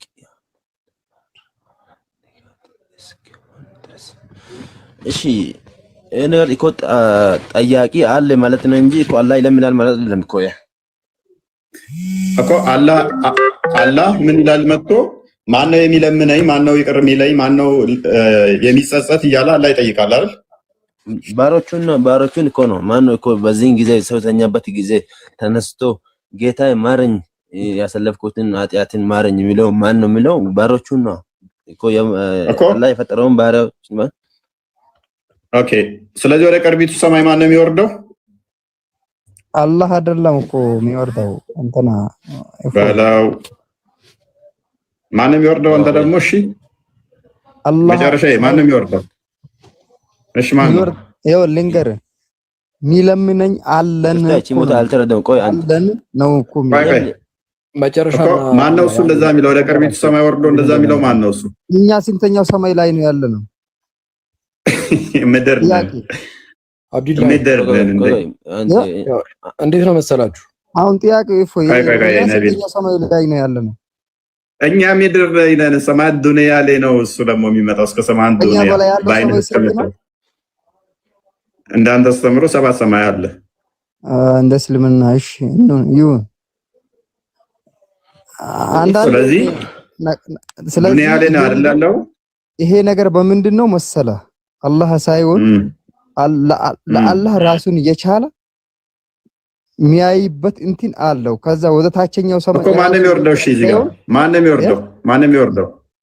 የፈጣሪ ኒዕማ የተሰጠው እንትን ፈጣሪ የሰጠን እንትን አለ፣ መላእክቶች አሉ። እነሱ ወርዶ መላእክት ነው የሚወርደው ፈትሾ ወደ አላህ የሚወስዱ ለእያንዳንዱ ሰው መልአክ አለው። ለአንተም አለ። አሁን አንተ ለመጨረሻ ደግሞ ማን ነው የሚወርደው? መልአክ ነው። ያንዳንዳችሁ ይመልሱትን ስሙ። አንዱ ሌላ ይላል፣ አንዱ ሌላ ይላል፣ አንዱ ሌላ ይላል። ምክንያቱም ከሰዎቹ ጋር ነው ከቁርአን ጋር ነው። አንተ ከቁርአን ጋር ነው ከሰዎች ጋር ወደ አላህ የሚያደርሰው አይደለም። ከሰዎች ጋር ካልሆነ ከቁርአን ጋር ቁርአን እየጠቀስከው ነው። ሰዎችን እየጠቀስከው ነው። እኔ ሐዲሱ ላይ ነው ነብያችሁ አላህ ጌታዬ ብሎ አላህ ይወርዳል አለ። በቃ እሱ መሰረት አድርገህ ተከራከራ። የተለያየ ሰው እየመጣ የሚሰጥህን ሐሳብ አንተ አላህ ይወርዳል አለ። ኢብራሂም ፕሊዝ አንዴ ኢብራሂም አላህ ይወርዳል አልካል? አዎ ይወርዳል። ኦኬ ላይ ይቀመጣል በዛው ሰዓት ችግር የለውም። ወረደበት ሰዓት ላይም አለ እያልኩ ነው። ችግር የለውም። አንተ ሁሉ ጋር አለ ብለህ ስለምታም ችግር የለውም። በዛው ሰዓት ሁሉ ጋር መገኘት ይችላል። ስለዚህ ችግር የለውም ነው አንተ ሐሽም ፕሊስ ቆይ ሐሽም ደግሞ ምንድነው እያለ ያለው? አላህ ሳይሆን ምህረቱ ነው የሚወርደው እንጂ አላህ አይወርድም ማለት የራሱ አንተ ጉዳይ የሐሽምና የኔ ነው ወይስ የቁርአን ነው? አንተ ደካማ አንዴ ፕሊስ የራስ ጉዳይ የሚባል ነገር የለም። ምክንያቱም እየመለሳችሁት ያላችሁ ሴንስ እየሰጠኝ አይደለም። ሐሽም ምህረቱ ነው አለ። አላህ ኢብራሂም ነው። ኢብራሂም ደግሞ አላህ ነው አለ። መጨረሻ ደግሞ መልአክ ነው አለ። አንዱ ሌላ ይላል፣ አንዱ ሌላ ይላል። ምክንያቱም ነብያችሁ ነው ያለውን ለማረም እየሞከራችሁ ስለሆነ ማለት ነው። እሺ አንዴ ለኔ ያናግረኝ እስቲ አንዴ መጨረሻ እሺ አንዴ እኔን አናግረኝ እፎይ። እሺ መጨረሻ ወይ ኢብራሂም ሐሺምም አብዱላህም መጨረሻ ሁለቱም የምታነሱት ሐሳቦች ትክክል ናቸው።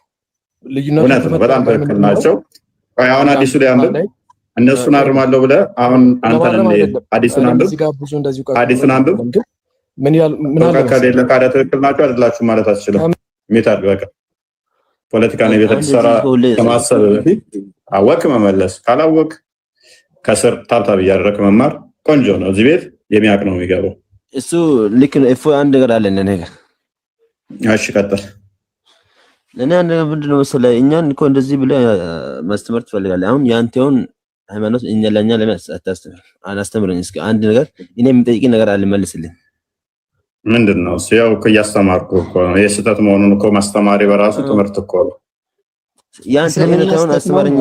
የኛ ስህተት ከሆነ እናንተው እውነታ ከሆነ አስተማርኝ። እኔ ልጠይቅ ነገር መልስልኝ። ክርስትናን የሚያስተምሩ ሌላ ቤቶች አሉ።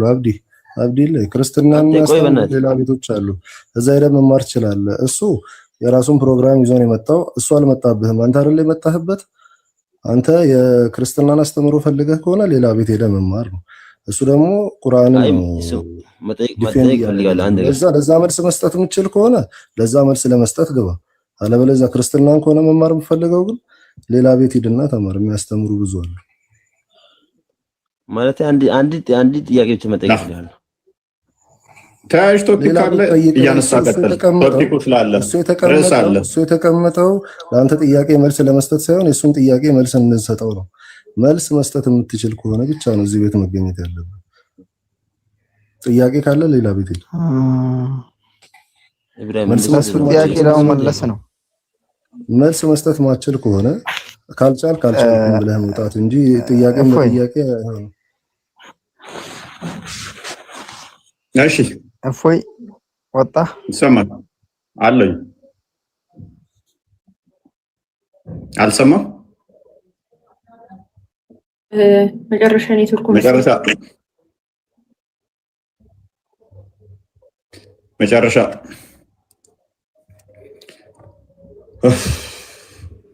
ይሰማል።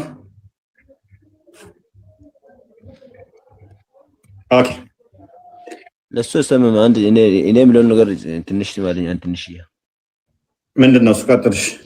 ስማ ሚስጥሩንም ብናቅ አንነግርህም። አንፈልጋችሁም እንዴ? አይገባህም እንዴ? በቃ አንተ ለምን አትሆንም?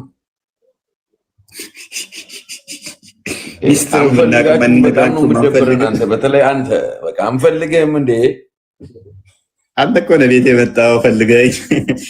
ኖ ፎሎ አላደረከኝም አድርገኸኛል። በጣም የምደብረን ሰው ነህ። በቃ አንፈልግህም አንተ። ይኸውልህ የአንተ ሚስጥር ከአንተ በላይ እናውቀዋለን። የክርስቲያን ሚስጥር አንነግርህም። ተቃጥለህ ትሞታለህ። እኛ ጋር ነው ሚስጥር። የክርስትና ሚስጥር ምንም ሚስጥር የለም። ምንም ነገረኛ አዲስ ነገር የለም። ይኸውልህ በእኛ በኩል ነው። አልነግርህም። በቃ ለምን አይገባህም? በእናትህ ንገረኝ። አንተ ሁሉም በእናትህ ንገረኝ። ስላላ በእናትህ ንገረኝ። ዝም የአንተ ፈጣሪ ጠፍቶብህ እኛ ጋር እየፈለግከው ነው። በእናትህ ስላላ ተናገር። አናወጣም፣ ክልክል ነው። እንዲሁ ተቃጥላችሁ እንድትሞቱ ነው የምንፈልገው። ኧረ ተው ስላላ ተናገር እባክህ። የእውነቴን ነው የማወራህ፣ ሲሪየስ ወሬ ነው ስላላ እባክህ ተናገር።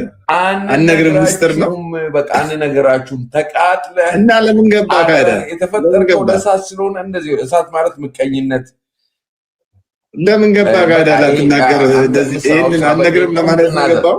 የቁምጥና ወሬ በቃ እንደዚሁ ተቃጥላችሁ ትሞታላችሁ። ለምን ገባ ነው ቆይ ገመድ ቢገባ እናምናችሁ በቃ ቁምጥና ወንጀል አይደለም። እኛ አለን ቁርአን በቃ ወንጀል አይደለም። ተውን አታድክም። በእናትህ ራስህም አትድከም፣ ጊዜህን አትግደል። ይሄንን ልነግረኝ ገብተህ አንነግራችሁም ብለህ ኧረ ይመችህ እና ለምን ገባ ካዳ እንደዛ ካልሆነ ኤኒስ ኢፎይ እኔ መጠየቅ ማወቅ የምፈልገው ነገር ምንድነው መሰለህ? እሺ እናንተን ክርስቲያን እንድትሆኑ ያዘዛችሁ ማን ነው? መልካም ክርስቲያን ማለት ምን ማለት ነው? ክርስቲያን ማለት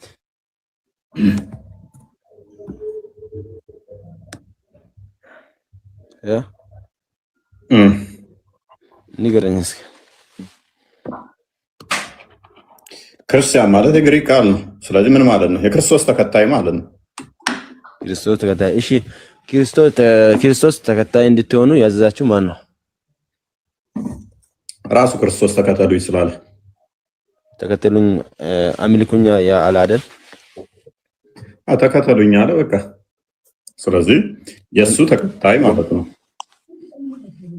አሁን ክርስቶስ አምልኩኝ ተከተሉኝ ያለበት ቦታ አለ? ታሳየኛለህ? አምልኩኝ ማለት ምን ማለት ነው? አምልኮ ማለት ምን ማለት ነው? አምልኩኝ ማለት እኔ ጌታችሁ ነኝ፣ አምላካችሁ ነኝ፣ አምልኩኝ ያለበት ቦታ አለ? አሁን እኮ ጌታ ማለት አምላክ ነው ማለት ነው አይደለም? እናንተ የምታምኑት አምላክ ማለት ምን ማለት ነው? ጌታስ ማለት ምን ማለት ነው? የፈጣሪ ማለት ነው። የፈጠረኝ አምላክን እናመልካለን ማለት ነው።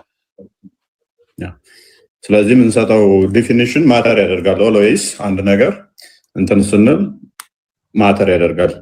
አንዴ እንትና ክፈችልኝ ማንበሽ እንትና ቤላ ክርስቶስ ተከተሉኝ ብሏል። ያ እንዴት ነው የምንከተለው? ምን ብለን ነው የምንከተለው?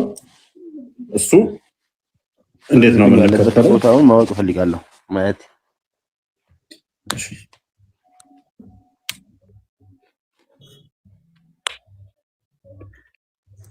ማቴዎስ ወንጌል ምዕራፍ 10 ቁጥር 38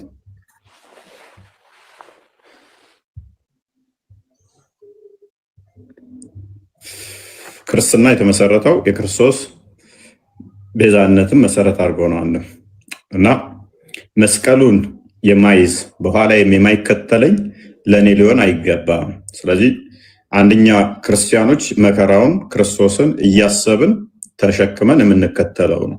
ስለዚህ ነው ስለኛ ተሰቅሏል።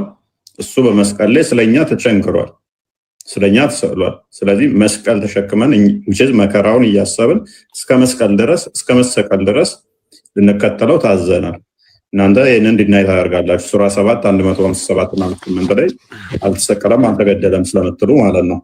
ክርስቶስ ግን ምን አለ?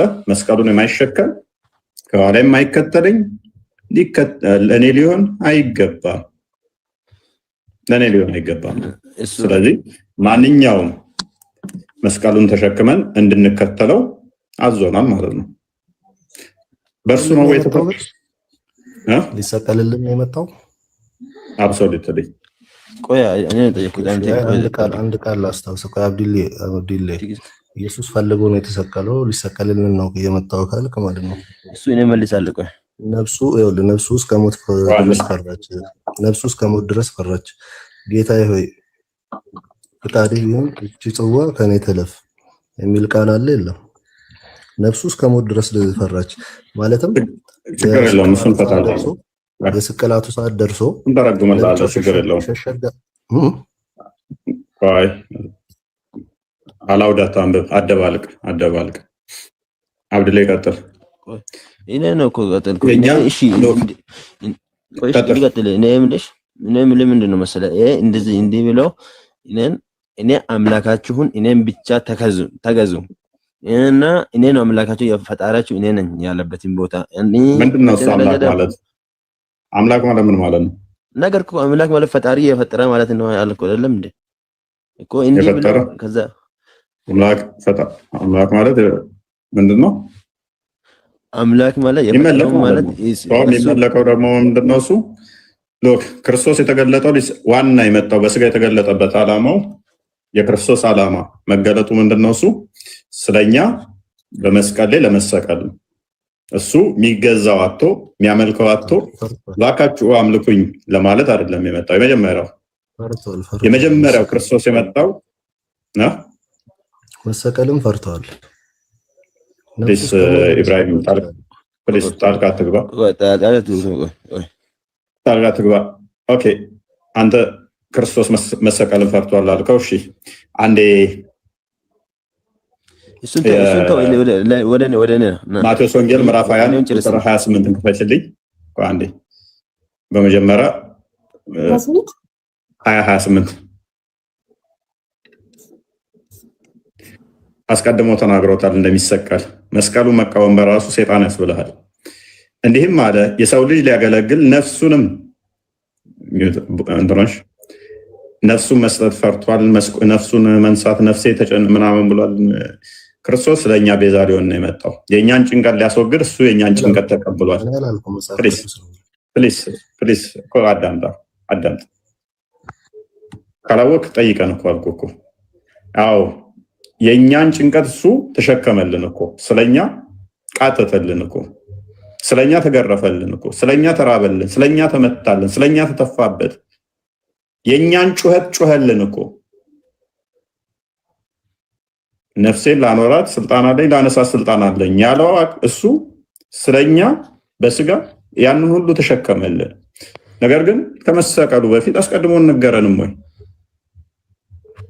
እንዲሁም የሰው ልጅ ሊያገለግል ነፍሱንም ለብዙዎች ቤዛ ሊሰጥ ነፍሱን ሊሰጥ ሰው ልጅ የሚለው ክርስቶስ ራሱን ነው። የሰው ልጅ ማለት በብሉይ ኪዳን የሰው ልጅ የሚባለው አምላክ በስጋ ይገለጣል ብለው በትንቢት ስለተነገረ ራሱን ደጋግሞ በመጽሐፍ ቅዱስ ውስጥ የሰው ልጅ እያለ ኮት ያደርጋል።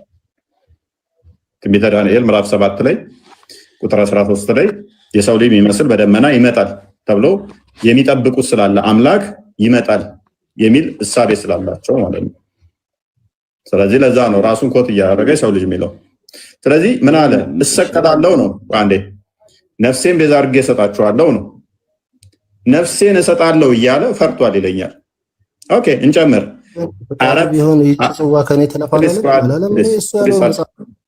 ጣልቃ እየገባ ከሆነማ በቃ ከስር ሆነማ ተማር። ሉቃስ 24:46 አንዴ ክፈችልኝ። ቆይ እሱን ከምትከፍ በፊት ማለት እኔ የምጠይቀው ነገር አለ። እኔ አንዴ 46 ባልሳሳት እንደዛ ይመስለኛል። እንዲህም አላቸው፣ ተቆርጧል እኔ ጋ። እንዲህም አላቸው ክርስቶስ እንዲሞት በሶስተኛውም ቀን ከሙታን ተለይቶ እንዲነሳ ንስሐና ኃጢአት ስርየት ከኢየሩሳሌም ጀምሮ በአሕዛብ ሁሉ እንዲሰበክ እንዲህ ተጽፏል። እናንተ ለዚህ ምስክሮች ናችሁ። ገና ሳይሰቀል ሳይሞት ይሄ ይሆናል እያላቸው ስለራሱ እየነገራቸው ነው። ስለመፍራት ነው ታው ሲማልኝ አይሻውና በባህሪው ቋዳም ስለዚህ ክርስቶስ እንደሚሞት እንደሚሰቀል እንደሚነሳ ከታመነ ኮምፕሊትሊ ስለምና ውሸት ይሆናል ማለት ነው። ክርስቶስ ስለራሱ እንዲተናገረ ሞቶ እንደሚነሳ ተተናገረ። ሞቶ እንደሚነሳ ከተናገረ ሞቶም ከተነሳ ኮምፕሊትሊ እስልምና ሐሰት ይሆናል። መሰቀሉ በራሱ እስልምናን ሐሰት ያደርገዋል። ኤቭሪ ክሌም እኛ የምናደርገውን ትክክል ያደርጋል ማለት ነው። ምክንያቱም ሞቶ ከተነሳ ሲማኝ ያለ ፕሊስ አብዲላ አንተም ከተታይ መሆን ፈለግ ማቴዎስ ወንጌል ምዕራፍ 16 ቁጥር 20 አካባቢ ክፈችልኝ። ያንተውን ብቻ እየከፈትክ እያሳየኝ ከሆነ እኔ ልመልስልህ አንድ ነገር። አንተ ተነግሮ ነበር እኮ የምትጠይቅበት ቦታ አለ። አሁን ሌላ ነገር አሁን ሐሳቡን ነው በተንኩ ነው። ኦኬ ያ ኢየሱስም የዛን ጊዜ እንዲህ ያለ እሺ ኦኬ ከፍ አድርጊው እስኪ ትንሽ 23 አካባቢ ኦኬ ያ ጴጥሮስም እርሱ አይሁንብህ አለው። ምን አለው? ዝቅ አድርጊልኝ ትንሽ ቁጥር 20 ላይ 21 ላይ ከዚያን ቀን ጀምሮ ኢየሱስ ወደ ኢየሩሳሌም ይሄድ ዘንድ ከሽማግሌዎች ከካህናት አለቆች ከጻፍቶች ብዙ መከራ ይቀበላል፣ ይገደል ዘንድ በሶስተኛውም ቀን ይነሳ ዘንድ እንዲገባው ለደቀ መዛሙርቱ ይገልጥላቸው ጀመር። እሞታለሁ፣ እገደላለሁ፣ አሳልፈው ይሰጡኛል፣ ነገር ግን ሞቼ አልቀርም እነሳለሁ ብሎ እያስተማራቸው ነው። እንዲህ ካስተማራቸው ፈርቷል ምናምን የሚባል ቃል አይነገርም ማለት ነው ሲሰከር። ኦኬ ያን ከመጣ እስከ ምንድነው እሱ ካዳ የሚሆነው? ስለኛ ስለ ቤዛነት ነው የሚሆነው ማለት ነው። መከራን ስለተቀበለ ስለኛ። ጴጥሮስ ወደ እርሱ ወስዶ እንዲህ አለው፣ ጌታ ሆይ አይሁንብህ፣ ከቶ አይደረስብህ ብሎ ይገስጸው ጀመር። ጴጥሮስ በስጋ ልደት ከክርስቶስ ስለሚበልጥ ምን ኖ አትሰቀል፣ ይቅርብ፣ እባክህ ተው፣ አትሰቀል ይለው ጀመር። ይሄንን መከልከል አይደለም ማሰብ አይደለም ማስተማር በጣም ከባድ ጸያፍ ነው። ክርስቶስ አልተሰቀለም ማለት ከክርስቶስ አስተምሮ ኮምፕሊትሊ መቃረን ነው። ክርስቶስ ምን አለው? ጴጥሮስ አንተ እኮ መልካም ሰው ነህ፣ ጥሩ ብለሃል አለው። አንተ ሴጣን የሰውን እንጂ የእግዚአብሔርን አታስብምና እንቅፋት ሆነብኛል አለው። አይደለም አልተሰቀለም ብሎ ከተሰቀለ በኋላ መካድ ይቅርና ክርስቶስ በጊዜው እሰቀላለሁ፣ ቤዛ ሆናችኋለሁ፣ ሞቼ ሞትን አጠፋላችሁ ዕብራውያን ምዕራፍ 2 ቁጥር 15 ግፈሹ ሞትን በሞቱ ሊሽር ስለመጣ ክርስቶስ እሱም የዲያብሎስን ስራ ሊያፈርስ ስለመጣ አትሰቀል ብሎ መቃወም በራሱ የሰይጣን እሳቤ ነው። ምክንያቱም ሰይጣን የሚገደለው በክርስቶስ ሞቱን በሞቱ ስለሚሽረው ማለት ነው፣ ስለሚደመስሰው። አይሰቀል ብሎ ማለት የሰይጣንን አስተምሮ መቀበል ማለት ነው። ምክንያቱም ክርስቶስ የመጣው በስጋ የተገለጠው ሞትን በሞት ሊሽር ስለሆነ። ቁጥር 15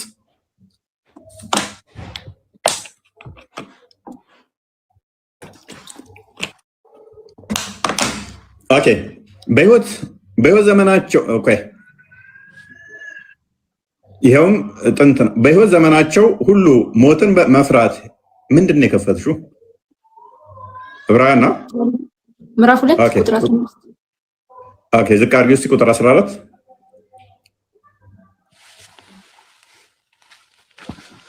ልጆቹ በስጋና በደም አንድ ናቸውና እርሱ ደግሞ በዚህ ከነርሱ ጋር አንድ ሆነ፣ ለነርሱም አንድ ወንድም ሆነ፣ እንደ ወንድማቸው ሆነ። መልአከ ሞትን በሞቱ ይሽረው ዘንድ ይኸውም ሰይጣን ነው። በህይወት ዘመናቸው ሁሉ ሞትን በፍርሃት የተቀጡትን ለባርነት የተገዙትንም ሁሉ ያሳፍራቸው ዘንድ ሞትን በሞቱ ለመሻር በስጋ ተገለጠ። ልጆቹ በስጋ ስለሚገለጡ አንድ ስለሆኑ እሱ በስጋ ተገለጠ። ማን? ሰይጣንን ያሳፍረው ዘንድ።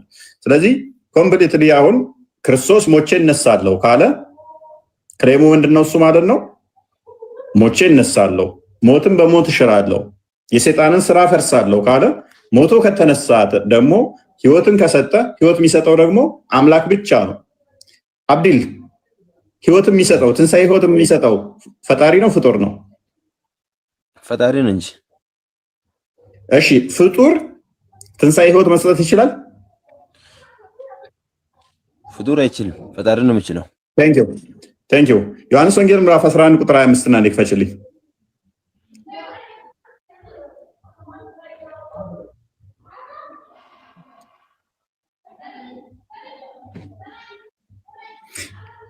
ኦኬ ይሄን ክፍል አንብበው እስኪ።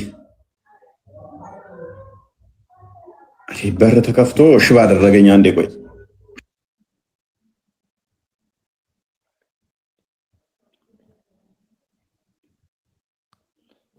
እስከዛ ቀጥል አብዱል። ጌታችን ኢየሱስ አላት ትንሳኤን። ቆይሽ እኔ የምልህ ምንድነው መሰለሽ፣ አሁን እኮ እኔ በጣም ይሄን ክፍል አንብበው አንዴ። ጌታችን ኢየሱስ አላት ትንሳኤና ህይወት እኔ ነኝ። የሚያምንብኝ ቢሞት እንኳን ይነሳል። ምን ብለህናል አብዲል? ቢሞት እንኳን ይነሳል። ትንሣኤ የሚሰጠው ማን ነው ብለኛል? የሚያምንብኝ ሁሉ የዘላለም ሕይወት ይህን ተማኛለሽ። ምንድን መሰለህ እኔ በጣም አብዲል ትንሣኤ ሕይወት የሚሰጠው ማን ነው ብለኸኛል? ፈጣሪ ነው፣ አምላክ ብቻ ነው። ክርስቶስ ምን አለ? ጌታችን ኢየሱስም አላት ትንሣኤና ሕይወት እኔ ነኝ፣ የሚያምንብኝ ቢሞት እንኳን ይነሳል፣ ያው የሆነ የሚያምንብኝ ሁሉ ለዘላለም አይሞትም።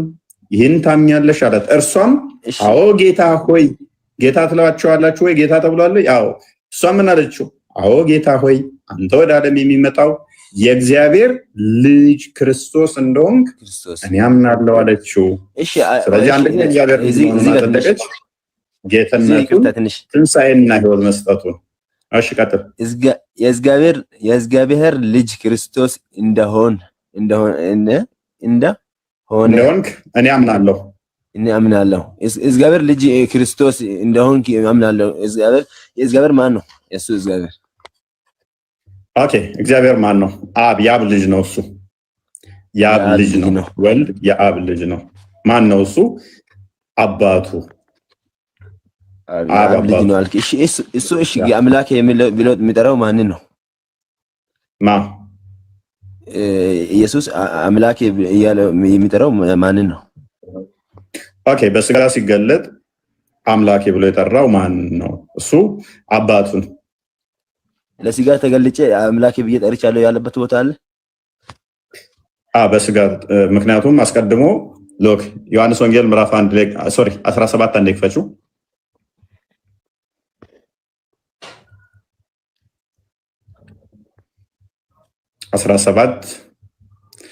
17 ቁጥር 1 አንዴ ጌታችን ኢየሱስ ክርስቶስም ይህንን ተናግሮ ዓይኖቹ ወደ ሰማይ አነሳ፣ እንዲህም አለ፣ አባት ሆይ ሰዓቱ ደርሷልና ልጅህን አክብረው። ልጅ ያከብረ ዘንድ ልጅህን አክብረው አለ አይደለም? ስለዚህ ልጅ ያከብረ ዘንድ አክብረው አለ። ምን አይነት ክብር? እንዴት? ምክንያቱም በስጋ ስለሆነ። ቁጥር 5 አድርጊው። እዛ ቀጥለው ያውኑ ቦታ ቀጥለው አንብብ። ተረጋጋ። ፓኒክ ያውኑ ቦታ ቀጥለው። አሁንም አባት ሆይ ዓለም ሳይፈጠር ካንተ ጋር በነበረኝ ክብር በአንተ ዘንድ ባለኝ ክብር አክብረኝ ይላል። ያውኑ አትቆረጠው። ያኛው ቦታ መልሰው። ያውኑ ቦታ እኮ በመልሰው ምን ችግር አለ? እስልምና ነው ዜሮ ከተባለው ካደ ለላጥፈው እስልምና መልሹ ቀጥሎ ያኛው በዛ። ኦኬ፣ ጌታችን ኢየሱስ አንደኛ ጌታ ነው አይደለ? ጌታችን ኢየሱስ ይለዋል። አንድ ጌትነት እኮ ለብዙ ሰዎች ተሰጥቷል እኮ ለሰለሞን ተሰጥቷል። ኦኬ፣ የክርስቶስ ጌትነት አለኛ ያ ክርስቶስ የጌቶች ጌታ ነው፣ የአማልክት አምላክ ነው፣ የጌቶች ፈጣሪ ነው፣ የጌቶች አስገኝ ነው። አንደኛ አይ ቲንክ ቆላስይስ ምዕራፍ 1:16 አባቴ አለ አይደለ? አባቴ አለ አይደለ? አይደል?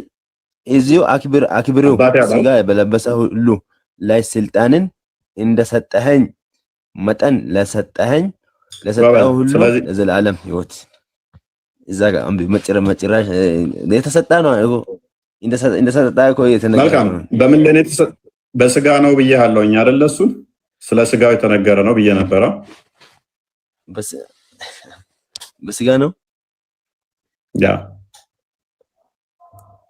ስጋ በለበሰው ሁሉ ስልጣንን እንደሰጠኸኝ ያ ማለት በመሐመድ ላይ ራሱ አዳምጥ ሎክ መለኮት ከትስብእት ከተዋሃደ በኋላ እንትን አንነጥልም። ነገር ተዋህዶ ከተፈጸመ በኋላ ነገር ግን ስጋ አስቀድሞ ለብቻ ኖሮ መለኮት ያዊ ባህሪ ያለው አልነበረም፣ ወይንም ደግሞ ገዢ አልነበረም። ስጋ ገዢ አልነበረም አስቀድሞ። ነገር ግን ክርስቶስ ልክ ማርያም ልክ ይኩነኒ ባለችበት ላይ እንደ ቃል ይሆንልኝ ባለችበት ቅጽበት ላይ ቃል ስጋን ሲዋሃድ ስጋ የገዥነት ባህሪን የመለኮትን ባህሪ ሼር አድርጓል በማለ በስጋ ላይ ሁሉ በነብይህ ላይም ማለት ነው በመሐመድ ላይም ጭምር ገዢ ሆኗል። የመለኮትን ባህሪ ስላደረገ በደንብ አስተውል። ያለው በቀላል ምሳሌ ይሄ ብረት ነው ብለህ አስብ። ልክ ብረት እሳት ውስጥ ቢገባና ብረቱ ፍም ይሆናል፣ ቀይ ይሆናል አይደለ? ብረቱን ከእሳቱ መለየት ትችላለህ? ፍሙን አነጥለውማ። መልካም። ብረቱ ብነካው ያቃጥላል አያቃጥልም? ያቃጥላል።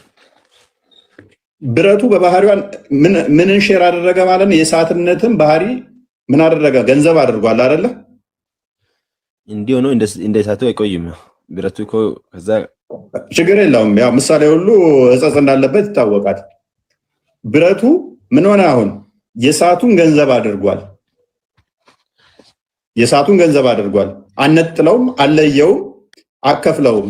ስለዚህ ብረቱ የእሳቱን ገንዘብ ስላደረገ ብትመታው እንደፈለክ እንትን ይላል። እሳቱን የመታሁት ብረቱን አይደለም አትልም። ብረቱን የመታሁት እሳቱን አይደለም አትልም። አብረህ ነው የምመታው። የሚፈጅህም ብረቱ ፈጀኝ እሳቱ አይደለም አትልም። አብሮ ነው። ስለዚህ በደንብ አስተውል። ብረቱ የእሳትን ገንዘብ አደረገ። ስለዚህ ስልጣን በስጋ ላይ የተሰጠ ሲባል ልክ ቃል ምን ነበረ? እሳት ብቻ ነበር። እሱ ብርሃን ብቻ ነበር። እሳት ብቻ ነበር። ስጋን ያልያዘ ነበረ። ነገር ግን ልክ ስጋን ሲዋሃድ ስጋ የቃልን ገንዘብ አድርጓል። ስለዚህ ገዢ ሆኗል ማለት ነው። አንዴ ትንቢተ ዳንኤል ምዕራፍ 7ን ክፈች ቁጥር 13 ላይ ኢየሱስ በስጋ የተገለጠው ጊዜ ዓለምን የሚጠብቃት ማን ነበረ? አንደኛ ደረጃ ማለት ነው። ይሄንኛው በደንብ እንዲግባ በደንብ ይግባ። ይሄንኛው ልጠይቅህ፣ ችግር የለም እኮ አንተ ትጠይቃለህ። ችግር የለውም ትጠይቃለህ። አንድ 10 ደቂቃ ትጠይቃለህ። አንዴ በሌሊትም አየው። ትንቢት አስቀድሞ ስላለ ነው በስጋ ላይ ስልጣን ተሰጠው የሚለው አስቀድሞ ትንቢት ተነግሮ ነበረ። ትንቢቱ እንደዚህ ይላል። ያለው በሌሊትም ራእይ አየው። አንብቢው እስኪ እንትና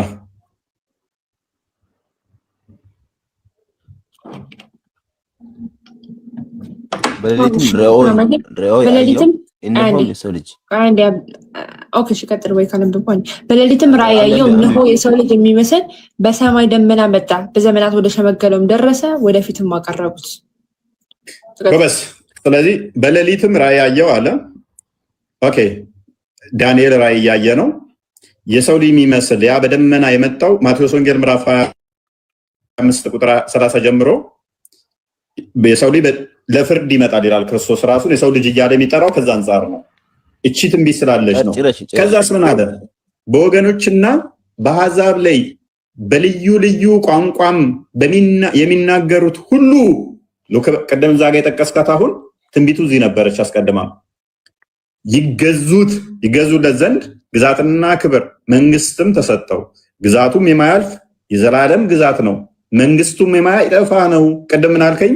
እሳትና ብረት ብንአዋህደው ይጠፋል፣ ይለጠላል ከጊዜ በኋላ አልከኝ አይደለ? የቃል ከስጋ ጋር ተዋህዶ ግን ከጊዜ በኋላ የሚጠፋ አይደለም፣ የሚነጠል አይደለም። ምን ይላል? ግዛቱም የማያልፍ ነው፣ የዘላለም ግዛት ነው፣ መንግስቱም የማይጠፋ ነው። ስለዚህ ከተዋህዶ በኋላ አይነጠልም፣ አይጠፋም። አይነጠልም፣ አይጠፋም። ለዘላለም ከብሮ ምንድን ብሏል ማለት ነው። የሚጠፋ የሚለይ አንዴ የሚሆን እንትን የሚል አይደለም። ስለዚህ ይነጠላል፣ ይጠፋል። ቀደም ላልከው ይሄንኛው ይመልስልሃል ማለት ነው። ሌላኛው ምንድን ነበር ያነሳው? የሆነ አይምሮ ላይ ነበረ የሆነ ስሰቀል ስሞት ከነሱ ጋር ነው ሞቴ። አሁን አይነጠል ማለት ያ ስሞት ተነጥሎ ነው ሞቴ ወይ እንዴት ነው ሞቴ? እሺ መልካም። እሺ ሲሞትስ እንዴት ነው? መልካም።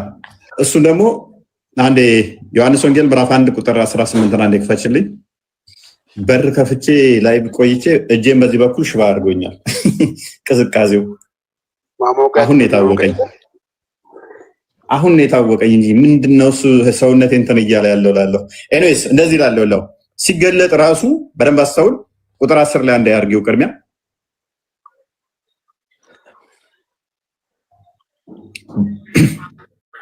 በዓለም ነበረ፣ ዓለሙም በእርሱ ሆነ፣ ግን አላወቀውም ይላል። በመጀመሪያ ቃል ነበር፣ ቃልም በእግዚአብሔር ዘንድ ነበር፣ ቃልም እግዚአብሔር ነበረ። ሁሉ እርሱ ሆነ፣ ከሆነውም አንዳች እንኳ ያለ እርሱ አልሆነም ካለ በኋላ ያ በእርሱ ሆነ የተባለው ቃል ሁሉን የፈጠረው ሁሉን ያስገኘው የት ነበር? በዓለምም ነበር አለ። በዓለምም ነበር ከተባለ በሁሉ የሞላ ነው ማለት ነው። መዝሙረ ዳዊት 139 ከቁጥር 6 እስከ 7 እንደሚናገረው እሱ በሁሉ የሞላ በሁሉ ያለ ነው። ያ በዓለም በሁሉ የሞላ በሁሉ ያለው ቁጥር 10 ላይ እንደዚህ ይላል። ቁጥር 14 ላይ ቃል ስጋ ሆነ ጸጋና እውነት ተሞልቶ በእኛ አደረ አይደለ? ቁጥር 14 ላይ ያ በዓለም ያለው ቁጥር 14 ላይ ጸጋና እውነትን ተሞልቶ ቃል ስጋ ሲሆን ጸጋና እውነትን ተሞልቶ በእኛ ሲያድር አንቀሳቅሹ ቤላ። ስለዚህ ምን አይዛ የለም ማለት አይደለም። በተለየ አካሉ ከአብ ሳይነጠል ከዓለም ሳይነጠል በተለየ አካሉ ግን በስጋ ምን ተገለጠ? ምን ቃል ስጋ ሆነ። ያ ቃል ስጋ ሲሆን ከአባቱ እቅፍ ተነጥሎ ነውን? ከአባቱ ተለይቶ ነውን? አይደለም። በአባቱ እቅፍ ያለ የት ያለ ይለዋል? በአባቱ እቅፍ ያለ አንድ ልጅ እርሱ ገለጠልን እንጂ እግዚአብሔርንስ ከቶ ያየው የለም ይላል። እግዚአብሔርን ከቶ ማንም አላየውም። ነገር ግን በአብ እቅፍ ያለ አንድያ ልጁ እርሱ ምን አደረገልን? ገለጠልን ማለት ነው። ለምሳሌ አንድ ኤግዛምፕል ልስጥ እዚሁ ላይ ሐሽም ስላንተ ነው ደብዳቤ ብጽፍ፣ አሁን ደብዳቤ ብጽፍ ሐሽም እንዴት ነህ ደህና ነህ ወይ እንደምን ነህ ብዬ ቆይ አንዴ አብድል ሐሽም እንዴት ነህ ደህና ነህ እንደምን ነህ ብዬ ደብዳቤ ብጽፍ ደብዳቤው አንተ ጋር ቢደርስ ደብዳቤውን ትነካዋለህ፣ ትይዘዋለህ፣ ታየዋለህ አይደለ? ያ ደብዳቤው አይምሮ ውስጥ እንዴት ነህ ደህና ነህ ያልኩት እኔ ውስጥ አለ የለም? ጭንቅላቴ ውስጥ እሱም አለ ስላለ አይደለም ነገርኩህ። ነገር ግን አንተ ጋር ግን ተገልጦ አንተ ደግሞ እያየኸው ነው አይደለ? ቆያችኛው ደብዳቤ ቃሉ አንተ የጻፍከው ቃል ነው ቃል አይደለም? ቃሉን እያየኸው ነው አይደለ? ስለዚህ እኛ ምን እናምናለን? ሎክ ያ የባህሪ ቃሉ አካላዊ ቃል የማይታይ የማይነካ የማይዳሰስ በሁሉ የሞላ የነበረው በሚታይ በሚዳሰስ በሚነካ ስጋን ተዋህዶ ተገለጠ።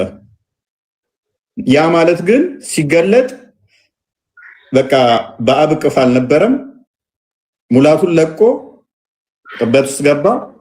ያ በሁሉ የሞላው በቃ ከዛ በኋላ የለም ማለት አይደለም። ቅድም በብረቱ ምሳሌ እንደሰጠውህ ማለት ነው። ስጋን ሲዋሃድ መለኮት ከዛ በኋላ ሲሞት እንዴት ሆነ ላልከው ሞት ምንድን ነው ብለን እንጠይቃለን። ሞት ማለት ስጋና ነፍስ መለየት ነው። ሐሽም መጥፋት ማለት ወይንም ደግሞ ሞት ማለት እንዴት እንደምትረዱት አይዶን ነው። እናንተ ጋርም ሞት የሚለውን ዲፋይን ካደረግከው ቀላል ነው። ሞት ማለት በደንብ አስተውል፣ ስጋና ነፍስ ሁለት ቦታ መለየት ማለት ነው።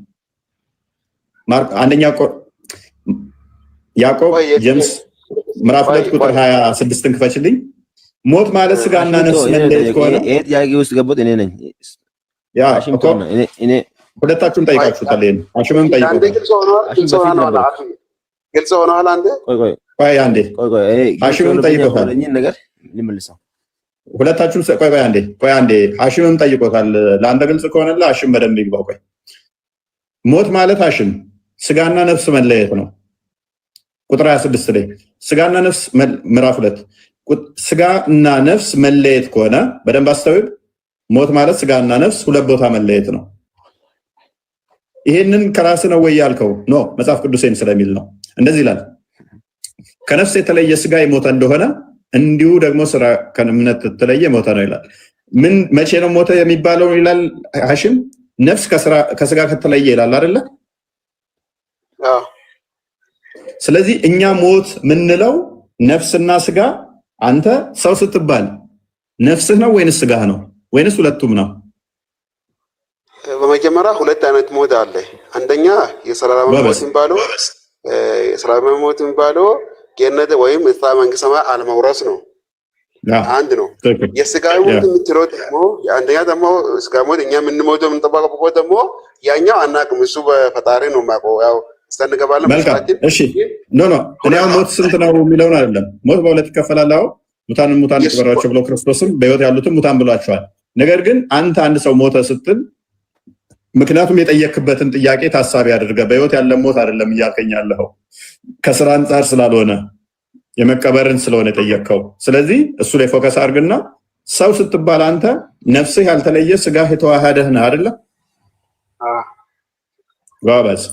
ስለዚህ ሞት ከምትባለው በእኛ አስተምሮ ምንድነው እሱ? ነፍስህ ከስጋ ስትለይ ነው። መለኮት መለየት አይደለም። በደንብ አስተውል። የመለኮት መለየት ሳይሆን ሞት የሚባለው ስጋ ከነፍስ መለየት ነው። ሞት የሚባለው መለኮት በሁሉ የሞላ ነው ብያለሁ። ስለዚህ ሞት ማለት ስጋ ከነፍስ መለየት ከሆነ መለኮት በስጋ ውስጥም አለ፣ በነፍስ ውስጥም አለ። ስለዚህ ክርስቶስ በስጋ ሞተ፣ በመንፈስ ግን ሕያው ነው ተብሎ ይነገርለታል። ምክንያቱም በስጋው ነው ሊባል የሚችለው። ሞት ምን ስለሆነ ያዕቆብ ላይ አንደኛ ጴጥሮስ ምዕራፍ 3 ቁጥር 17 18 እንደዚህ ይላል። ክርስቶስ ደግሞ ወደ እግዚአብሔር አንዴ ቆይ አብዲላ አንተ ከገባ ሐሽም በደንብ ግልጽ ይሆንለት። ክርስቶስ ደግሞ ወደ እግዚአብሔር እንዲያቀርበን እርሱ ጻድቅ ሆኖ ስለ አመፀኞች አንድ ጊዜ በኃጢአት ምክንያት ሞቷልና በስጋ ሞተ፣ በመንፈስ ግን ሕያው ሆነ ይላል። በምን ሞተ ይላል ሐሽም? አሁን ኢየሱስ የሞተልን ስጋዊ ሞት ነው ወይ መንፈሳዊ ወይ ዓለማዊ ሞት ነው ወይም የሳኛ ሞት ነው? የትኛው ነው? ከሁለቱም የትኛው ነው? አገባኝ። ቆይ በምን ሞተ ነው የሚለው? እሱ በስጋ ነው። አሁን አንተ የምትለው ከሆነ በስጋ። ስለዚህ ሞት ማለት ምን ማለት ነው ብያለሁ። ሞት ማለት ደግሞ ምን ማለት ነው ብያለሁ። ሞት ማለት አንደኛው ከስጋ መለየት ነው። ሁለተኛ ሞት ደግሞ ከሳኛው ዓለም መንግስተ ሰማይ አልመውረስ ነው ወይ ገነት አልማግኘት ነው። ጎበዝ። ስለዚህ ጎበዝ ክርስቶስ ራሱ መንግስተ ሰማያት ጎበዝ ክርስቶስ መንግስተ ሰማያታችን ራሱ ነው። ቅድም ሜቢ ያላየህም ማለት ነው። ዮሐንስ ወንጌል ምዕራፍ 11 ቁጥር 25 ላይ ባሳየው ላይ ትንሣኤ ሕይወት እኔ ነኝ፣ የሚያምንብኝ ቢሞት እንኳን ሕያው ይሆናል፣ ሕያው የሆነ ለዘላለም አይሞትም ብሎ ሲል ለዘላለም አይሞትም ሲል ያኛው ገሃነም አትገቡም፣ በእኔ ካመናችሁ ገነት ነው የምትገቡት እያለ ነው። ስለዚህ አንተ ጥያቄ ቅድም መልሼዋለሁ።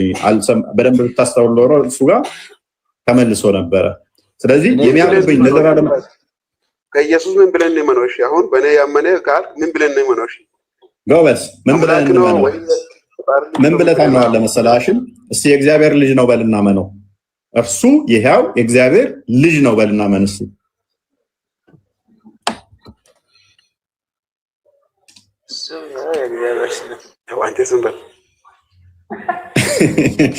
አሜን፣ ችግር የለውም። እሱ የሕያው የእግዚአብሔር ልጅ ነው በልና መን። እስቲ ጴጥሮስ ተጠይቆ የመለሰው አንዳንዶቹ ነብይ ነው ሲሉ፣ አንዳንዶቹ እንደዚህ ነው ሲሉ እናንተ ማን ብላችሁ የምታምኑብኝ አላቸው። አንተ የሕያው የእግዚአብሔር ልጅ ነህ አሉት። ትክክል ናችሁ እናንተ አላቸው። ስለዚህ እስቲ አንተም የሕያው የእግዚአብሔር ልጅ ነህ በለው። ይሄማ ነገ ይጋጫል። እንዴት ነው የምንለው? እንደሰማ አይደለም። ለምን አየህ? ስለዚህ ምን ብዬ ልመን አልከኝ። እሱ ደግሞ እንደዛ ብላችሁ መኑ አለ። ስለዚህ ለምን ትጠይቀኛለህ ታዲያ? ምክንያቱም የሚጋጨው ምንድነው? ሱረቱ ዙሩፍ ላይ አላህ ልጅ ካለው 81ኛው ላይ ሱረቱ ዙሩፍ 43 81 አራማን ልጅ ካለው ልጁም አምላክ ስለሚሆን ማለት ነው። ኢየሱስ መልእክተኛ ነው ወይም አምላክ ነው? እንዴት ነው?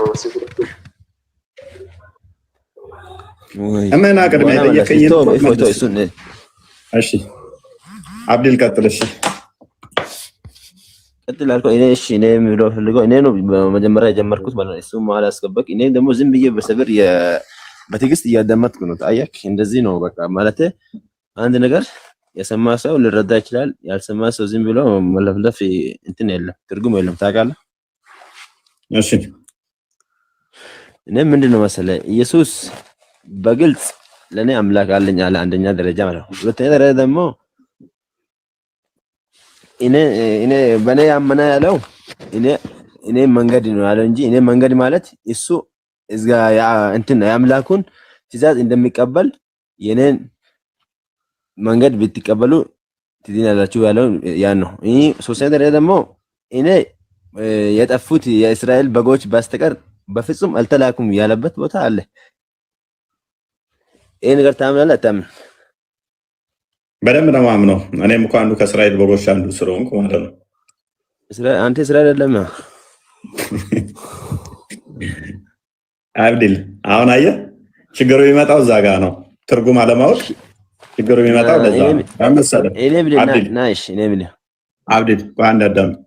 አሁን ለምሳሌ እኮ አዳምጠኛ መልሱን። እሺ በለው። ምክንያቱም ክርስቶስ ለሁሉ ጌታ ነው። ሮሜ ምዕራፍ 9 ቁጥር 10 13 እንደሚናገረው ለሁሉ አይሁድ የለም፣ ባሪያ የለም፣ ጨዋ የለም፣ የሆነ ሀገር የለም፣ ለሁሉ። እንዲሁም ደግሞ ገላትያ ምዕራፍ 3 ከቁጥር 24 ጀምሮ እንደሚናገረው። ስለዚህ ክርስቶስ የሁሉ መድኃኒትና ቤዛ፣ ባሪያም የለም፣ ጨዋ የለም፣ ንጉስ የለም፣ አይሁድ የለም፣ እንደዚህ የሚባል የለም። እስራኤል የሚለው ግን ምንድነው? እሱ አንተ የምታውቀው እቺ ከፍልስጤም ጋር የምትዋጋውን ሀገር ነው የምታውቀው አይደለ? እሺ እሷን ነው የምታውቃት። እኔ ምን አንተ አሁን እንደምትለው ማለት ነው። እኔ ከእስራኤል በጎች አንዱ እኔ ነኝ ያልከው። እስራኤል በጎች አንዱ እኔ ነኝ ያልከው አይደለም? እስራኤሎች እኮ በጣም እንደሚጠሉ እኮ አንተ የምታውቃት እስራኤል እኮ የትኛዋ እስራኤል ነች? ወደ ንገረኛ። እስራኤል ይሁዳ ነው የተላከው። ኢየሱስ የተላከው ለይሁዳ ነው። ይሁዳዎች እንደሚጠሉ እሱን ሮሜ 9 አንተ እኮ ወንድማችን እስራኤል የምታውቃት እች ከፍልስጤም ጋር የምትቀጣቀጠዋን ሀገር ነው የምታውቃት። እኔ ደግሞ እስራኤል የማውቃት ማን እንደሆነች ላሳየህ። እስራኤል ከፍ አድርጊው እስኪ። ቁጥሩን ረስቼዋለሁ አክቹዋሊ።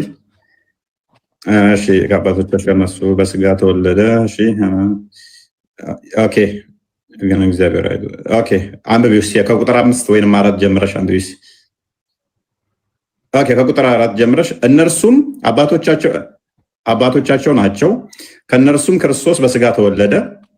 እርሱ ከሁሉ በላይ የሆነ ለዘላለም ብሩክ አምላክ ነው። ክርስቶስ ከማን ተወለደ? ከአብርሃም። የአብርሃምን ዘር ይዟል እንጂ የያዘው የመላእክትን አይደለም ስለሚል ዕብራውያን ምዕራፍ 2 ቁጥር 15 ላይ ማለት ነው። ወደ ገዛ ወገኖቹ መጣ፣ ለተቀበሉት የእግዚአብሔር ልጆች የሆኑ ዘንድ ስልጣንን ሰጣቸው ስለሚል ዮሐንስ ወንጌል ምዕራፍ 1 ቁጥር 11 ማለት ነው።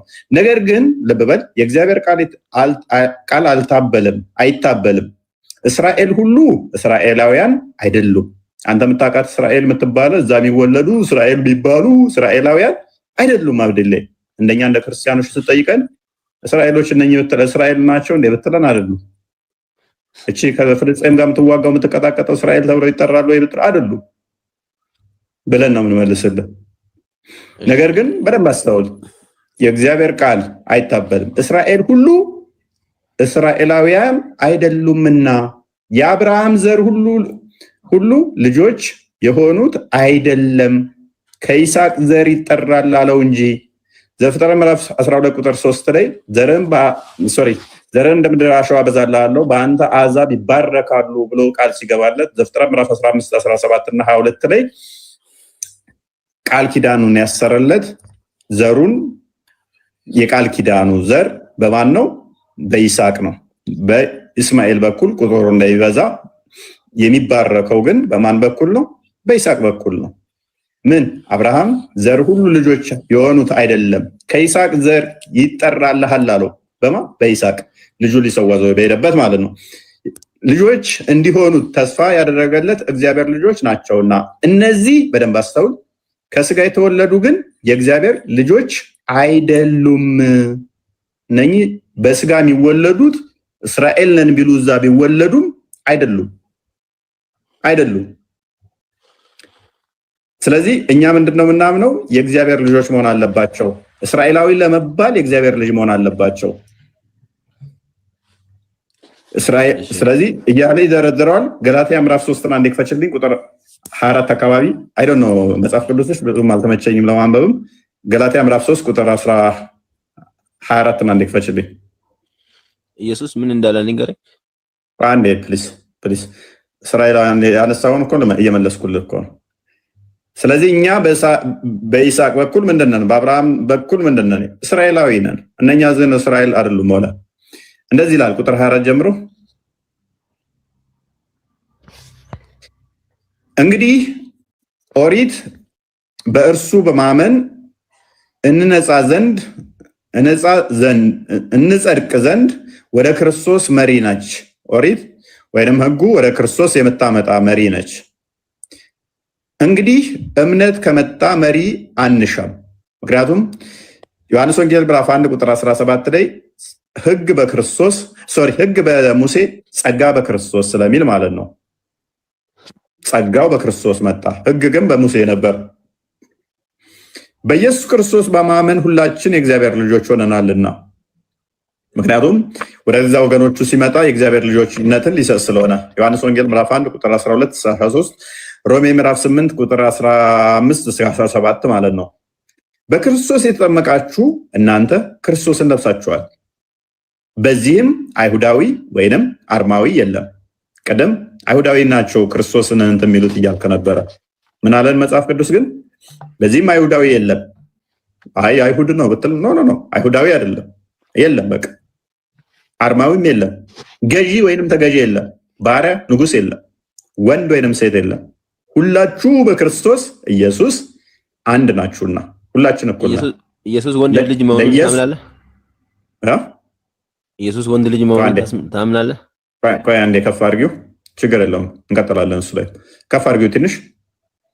ለኢየሱስ ክርስቶስ ከሆናችሁ ተስፋውን የምትወርሱ የአብርሃም ዘር ናችሁና። ቅድም እዛ ጋር ባሳየዋችሁ ላይ እስራኤል የሚባለው በማን ዘር የመጣ ነው?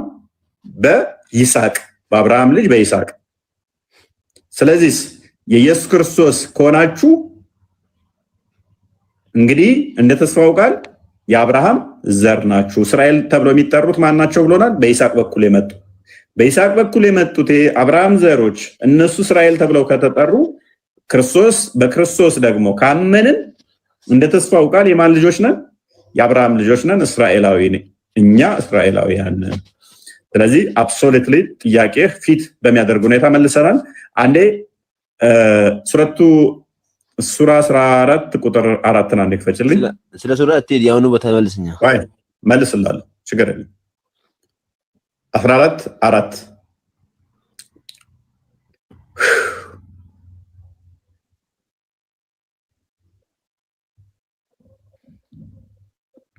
ከመልእክተኛ ማናቸውንም ለነሱ ያብራራላቸው ዘንድ በወገኖቹ ቋንቋ እንጂ በሌላ አላክንም። ስለዚህ እያንዳንዱ መልእክተኛ የመጣው በገዛ ወገኖቻቸው ቋንቋ እንዲያብራራ እንጂ በሌላ አላክንም። ስለዚህ እኔ አማርኛ ነው የምችለው፣ የሚያብራራልኝ ነብይ አልመጣልኝም፣ መሐመድ አይመለከተኝም ማለት ነው። በራሳቸው ቋንቋ 43:3 አንዴ ፈጩ። በራሳቸው ቋንቋ ያብራራላቸው እንጂ ማንንም አላክንም። ስለዚህ አንተ ሙስሊም አረብ አይደለህም፣ አይመለከትህም። እኛ ታውቁ ዘንድ አረብኛ ቁርአን አደረግነው። እኔ አረብኛ አልችልም፣ አይመለከትህም ቁርአን። ኦኬ እንትና ሉቃስ ወንጌል ምዕራፍ 1 እና አንዴ ክፈችልኝ ቁጥር 26 እኮ እነ ለለ እንትን አበዛክ እኮ አንዴ የሚመልስልህ ለመልስልህ ነው። ችግር የለውም። የጠየቀኝ ልመልስ። ብዙም አንተ ውስጥ መግባት ስላልፈለኩ ነው። ኦኬ በስድስተኛው ወር መልአኩ ወደ ገብርኤል አንዴ እንትን ላይ ይጅልኝ ኢሳይያስ 9:6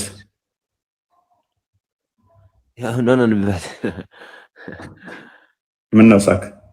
ምንም እኮ አዲስ ነገር የለም። የጠየቀኝ እኮ በጥቅስ ልመልስልህ። ሕፃን ተወልዶልናል፣ ወንድ ልጅም ተሰጥቶናል። ወንድ ነው ወይ አልከን? ኢየሱስ ምን አንተ ሜቢ የምታፍር ተሆነ በወንድነት ምንም ልንተባበር አንችልም። አትፈር።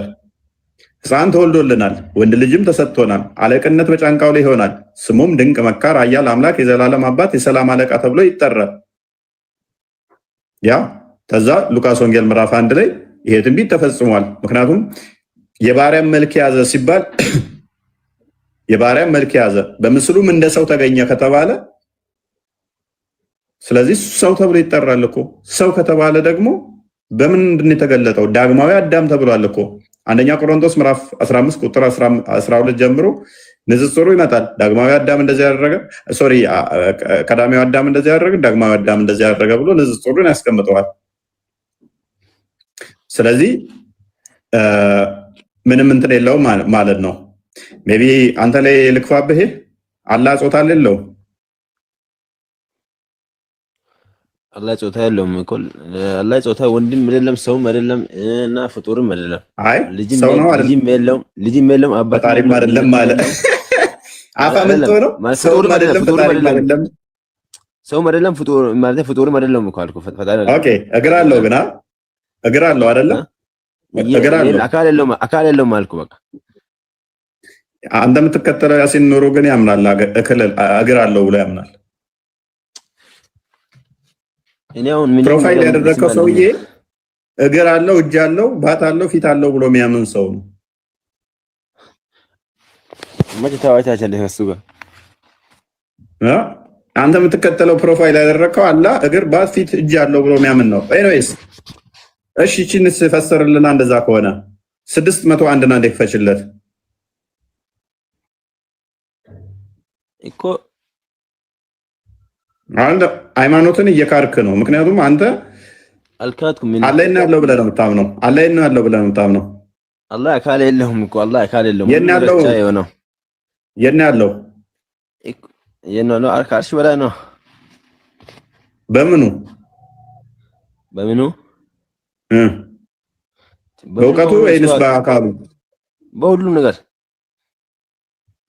በእውቀቱ ነው በአካሉ ነው ከአርሽ በላይ ያለው? በሁሉ ነገር ስትል በእውቀቱም በአካሉም ከአርሽ በላይ ነው። አዎ አካል የለውም ሲል የነበረ ሰው እየሰማችሁታል። አሁን ደግሞ ከአርሽ በላይ ነው በአካሉ እያለን ነው።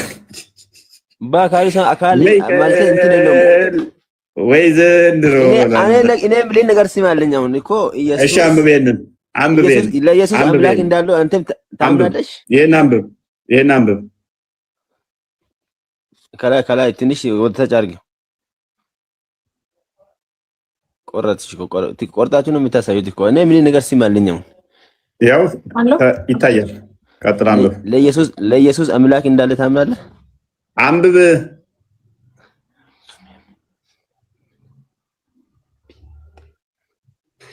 እና ኤኒዌይስ አላህ ሚስት አግኝቷል አላገኘም? ንገረን እስኪ በዛው። ሚስት ቢኖረው ልጅ ይኖረው ነበረ።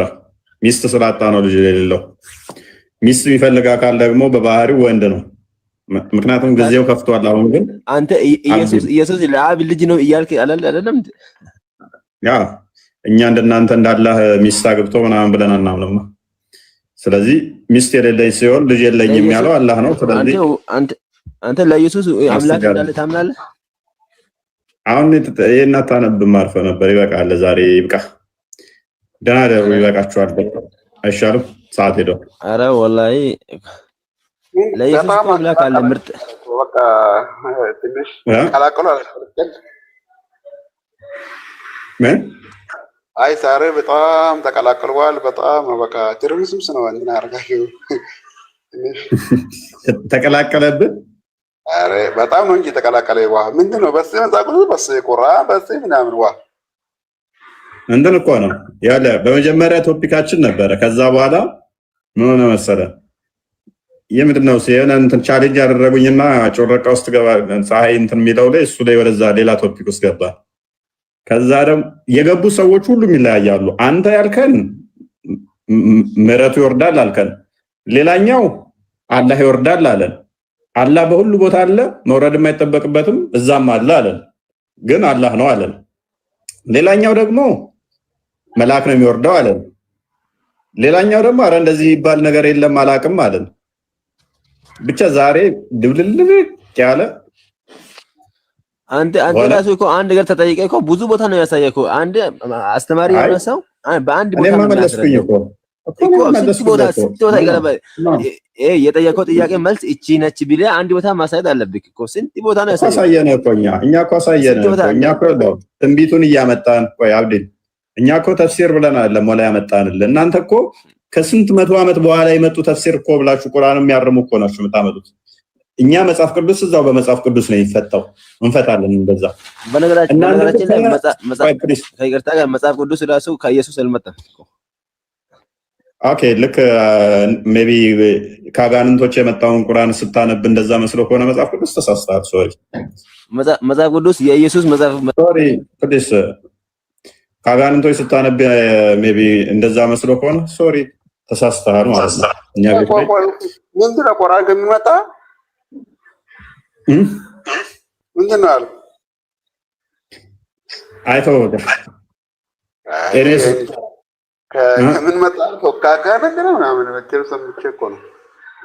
ምን ይሰራል አሁን በቃ አለፈ።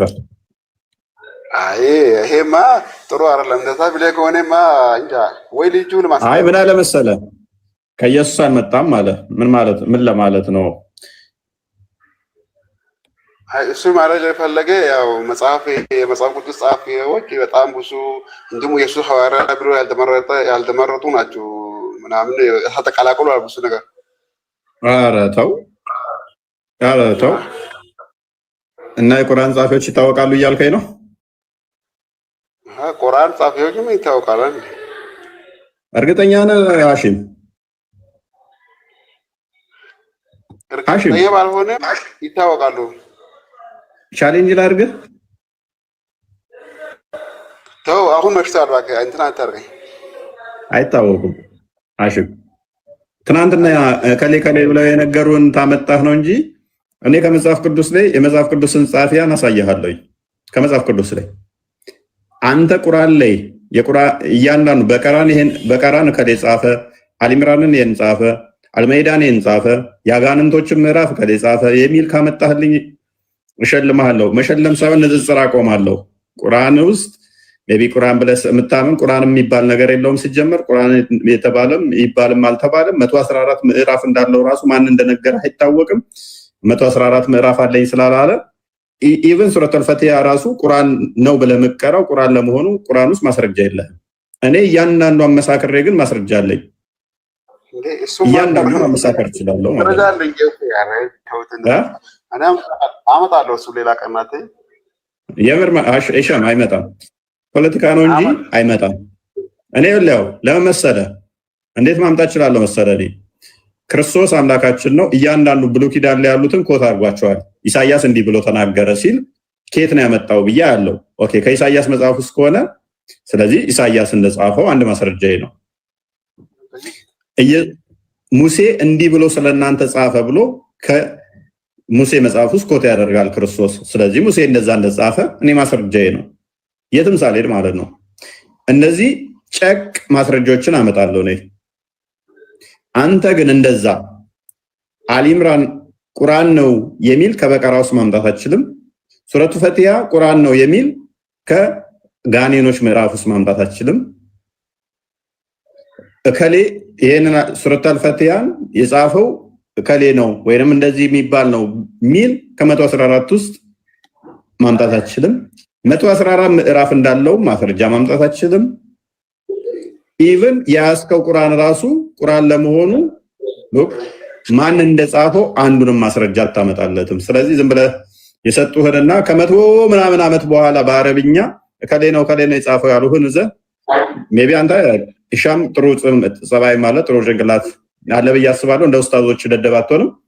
ከጊዜ በኋላ የጻፉትን እዘ ማስረጃ አለን አትለንም። ምክንያቱም ትናንትና የመጡ የጻፉትን እዘ ይሄው ከሌ እኮ ጻፈው ብሏል። ኢሻም ታውቃለህ ብዬ አስባለሁ። ሐዲሳቶቹ ራሱ የተጻፉት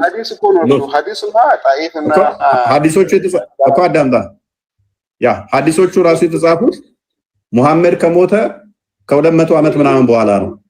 ከ200 ዓመት በኋላ የተጻፉ ማስረጃዎችን አንጥተ ለቁርአን ማስረጃ የምታመጣ ከሆነ ኡስታዞችህን ሆነሃል ማለት ነው። እንደ ኡስታዞች ደደብ እየሆንክ ነው። እንደዛ ደግሞ እንድትሆን አልፈልግም።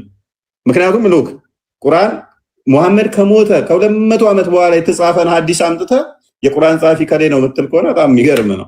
ከቁርአንም አልፈ ኪታቦች ጋር መመጣ ከሆነ ሙሐመድ ከሞተ ከ300 ምናምን በኋላ ቁርአንን እኮ የጻፈው ከሌ ነው የሚል በአረብኛ ስላመጣ መልስ አይሆንም። እኛ ግን ከራሱ ከመጽሐፍ ቅዱሱ ኢንተርናል ኤቪደንስ ማሳየት እንችላለን። ለዛሬ ቢበቃን ምን ይመስላችኋል ወገን? ቃልና ቤላ ሂሻም በቃ ቢያነጋኝ ነው እዚሁ ቢያስነጋኝ ነው። በቃ ቻው። ኡስቦስ እንዴት ነው? ሰላም ነው። አለን አለን። እንዴት ኖት? አለን። ዛሬ አሪፍ ነበር። ክርስቲያንን ሸጥ ነው ዛሬ። 2 ቀን ምን ዛሬ ብቻ?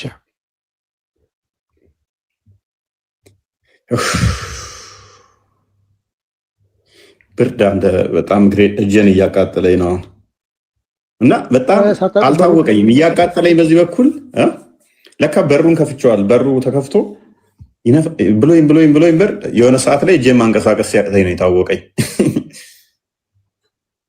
እዚህ ጋር እየተጠጣጠስክ ትዘላለህ ማለት ያ ክፍት እንደሆነ ብዙም አላስተዋልኩትም። ለምንድን ነው እሱ በዚህ በኩል እጄን የሚያቃጥለኝ ምናምን ነገር ላለኝ። ከዛ የሆነ ወገብ እንትን ሲሰማኝ ነው የታወቀኝ። ጎኔን በገዛ እጄ በሽተኛ ልሆን። ለምንድን ነው ዛሬ እንደዚህ የቆየ ነው? ግን እኔስ ደህና ደሩ።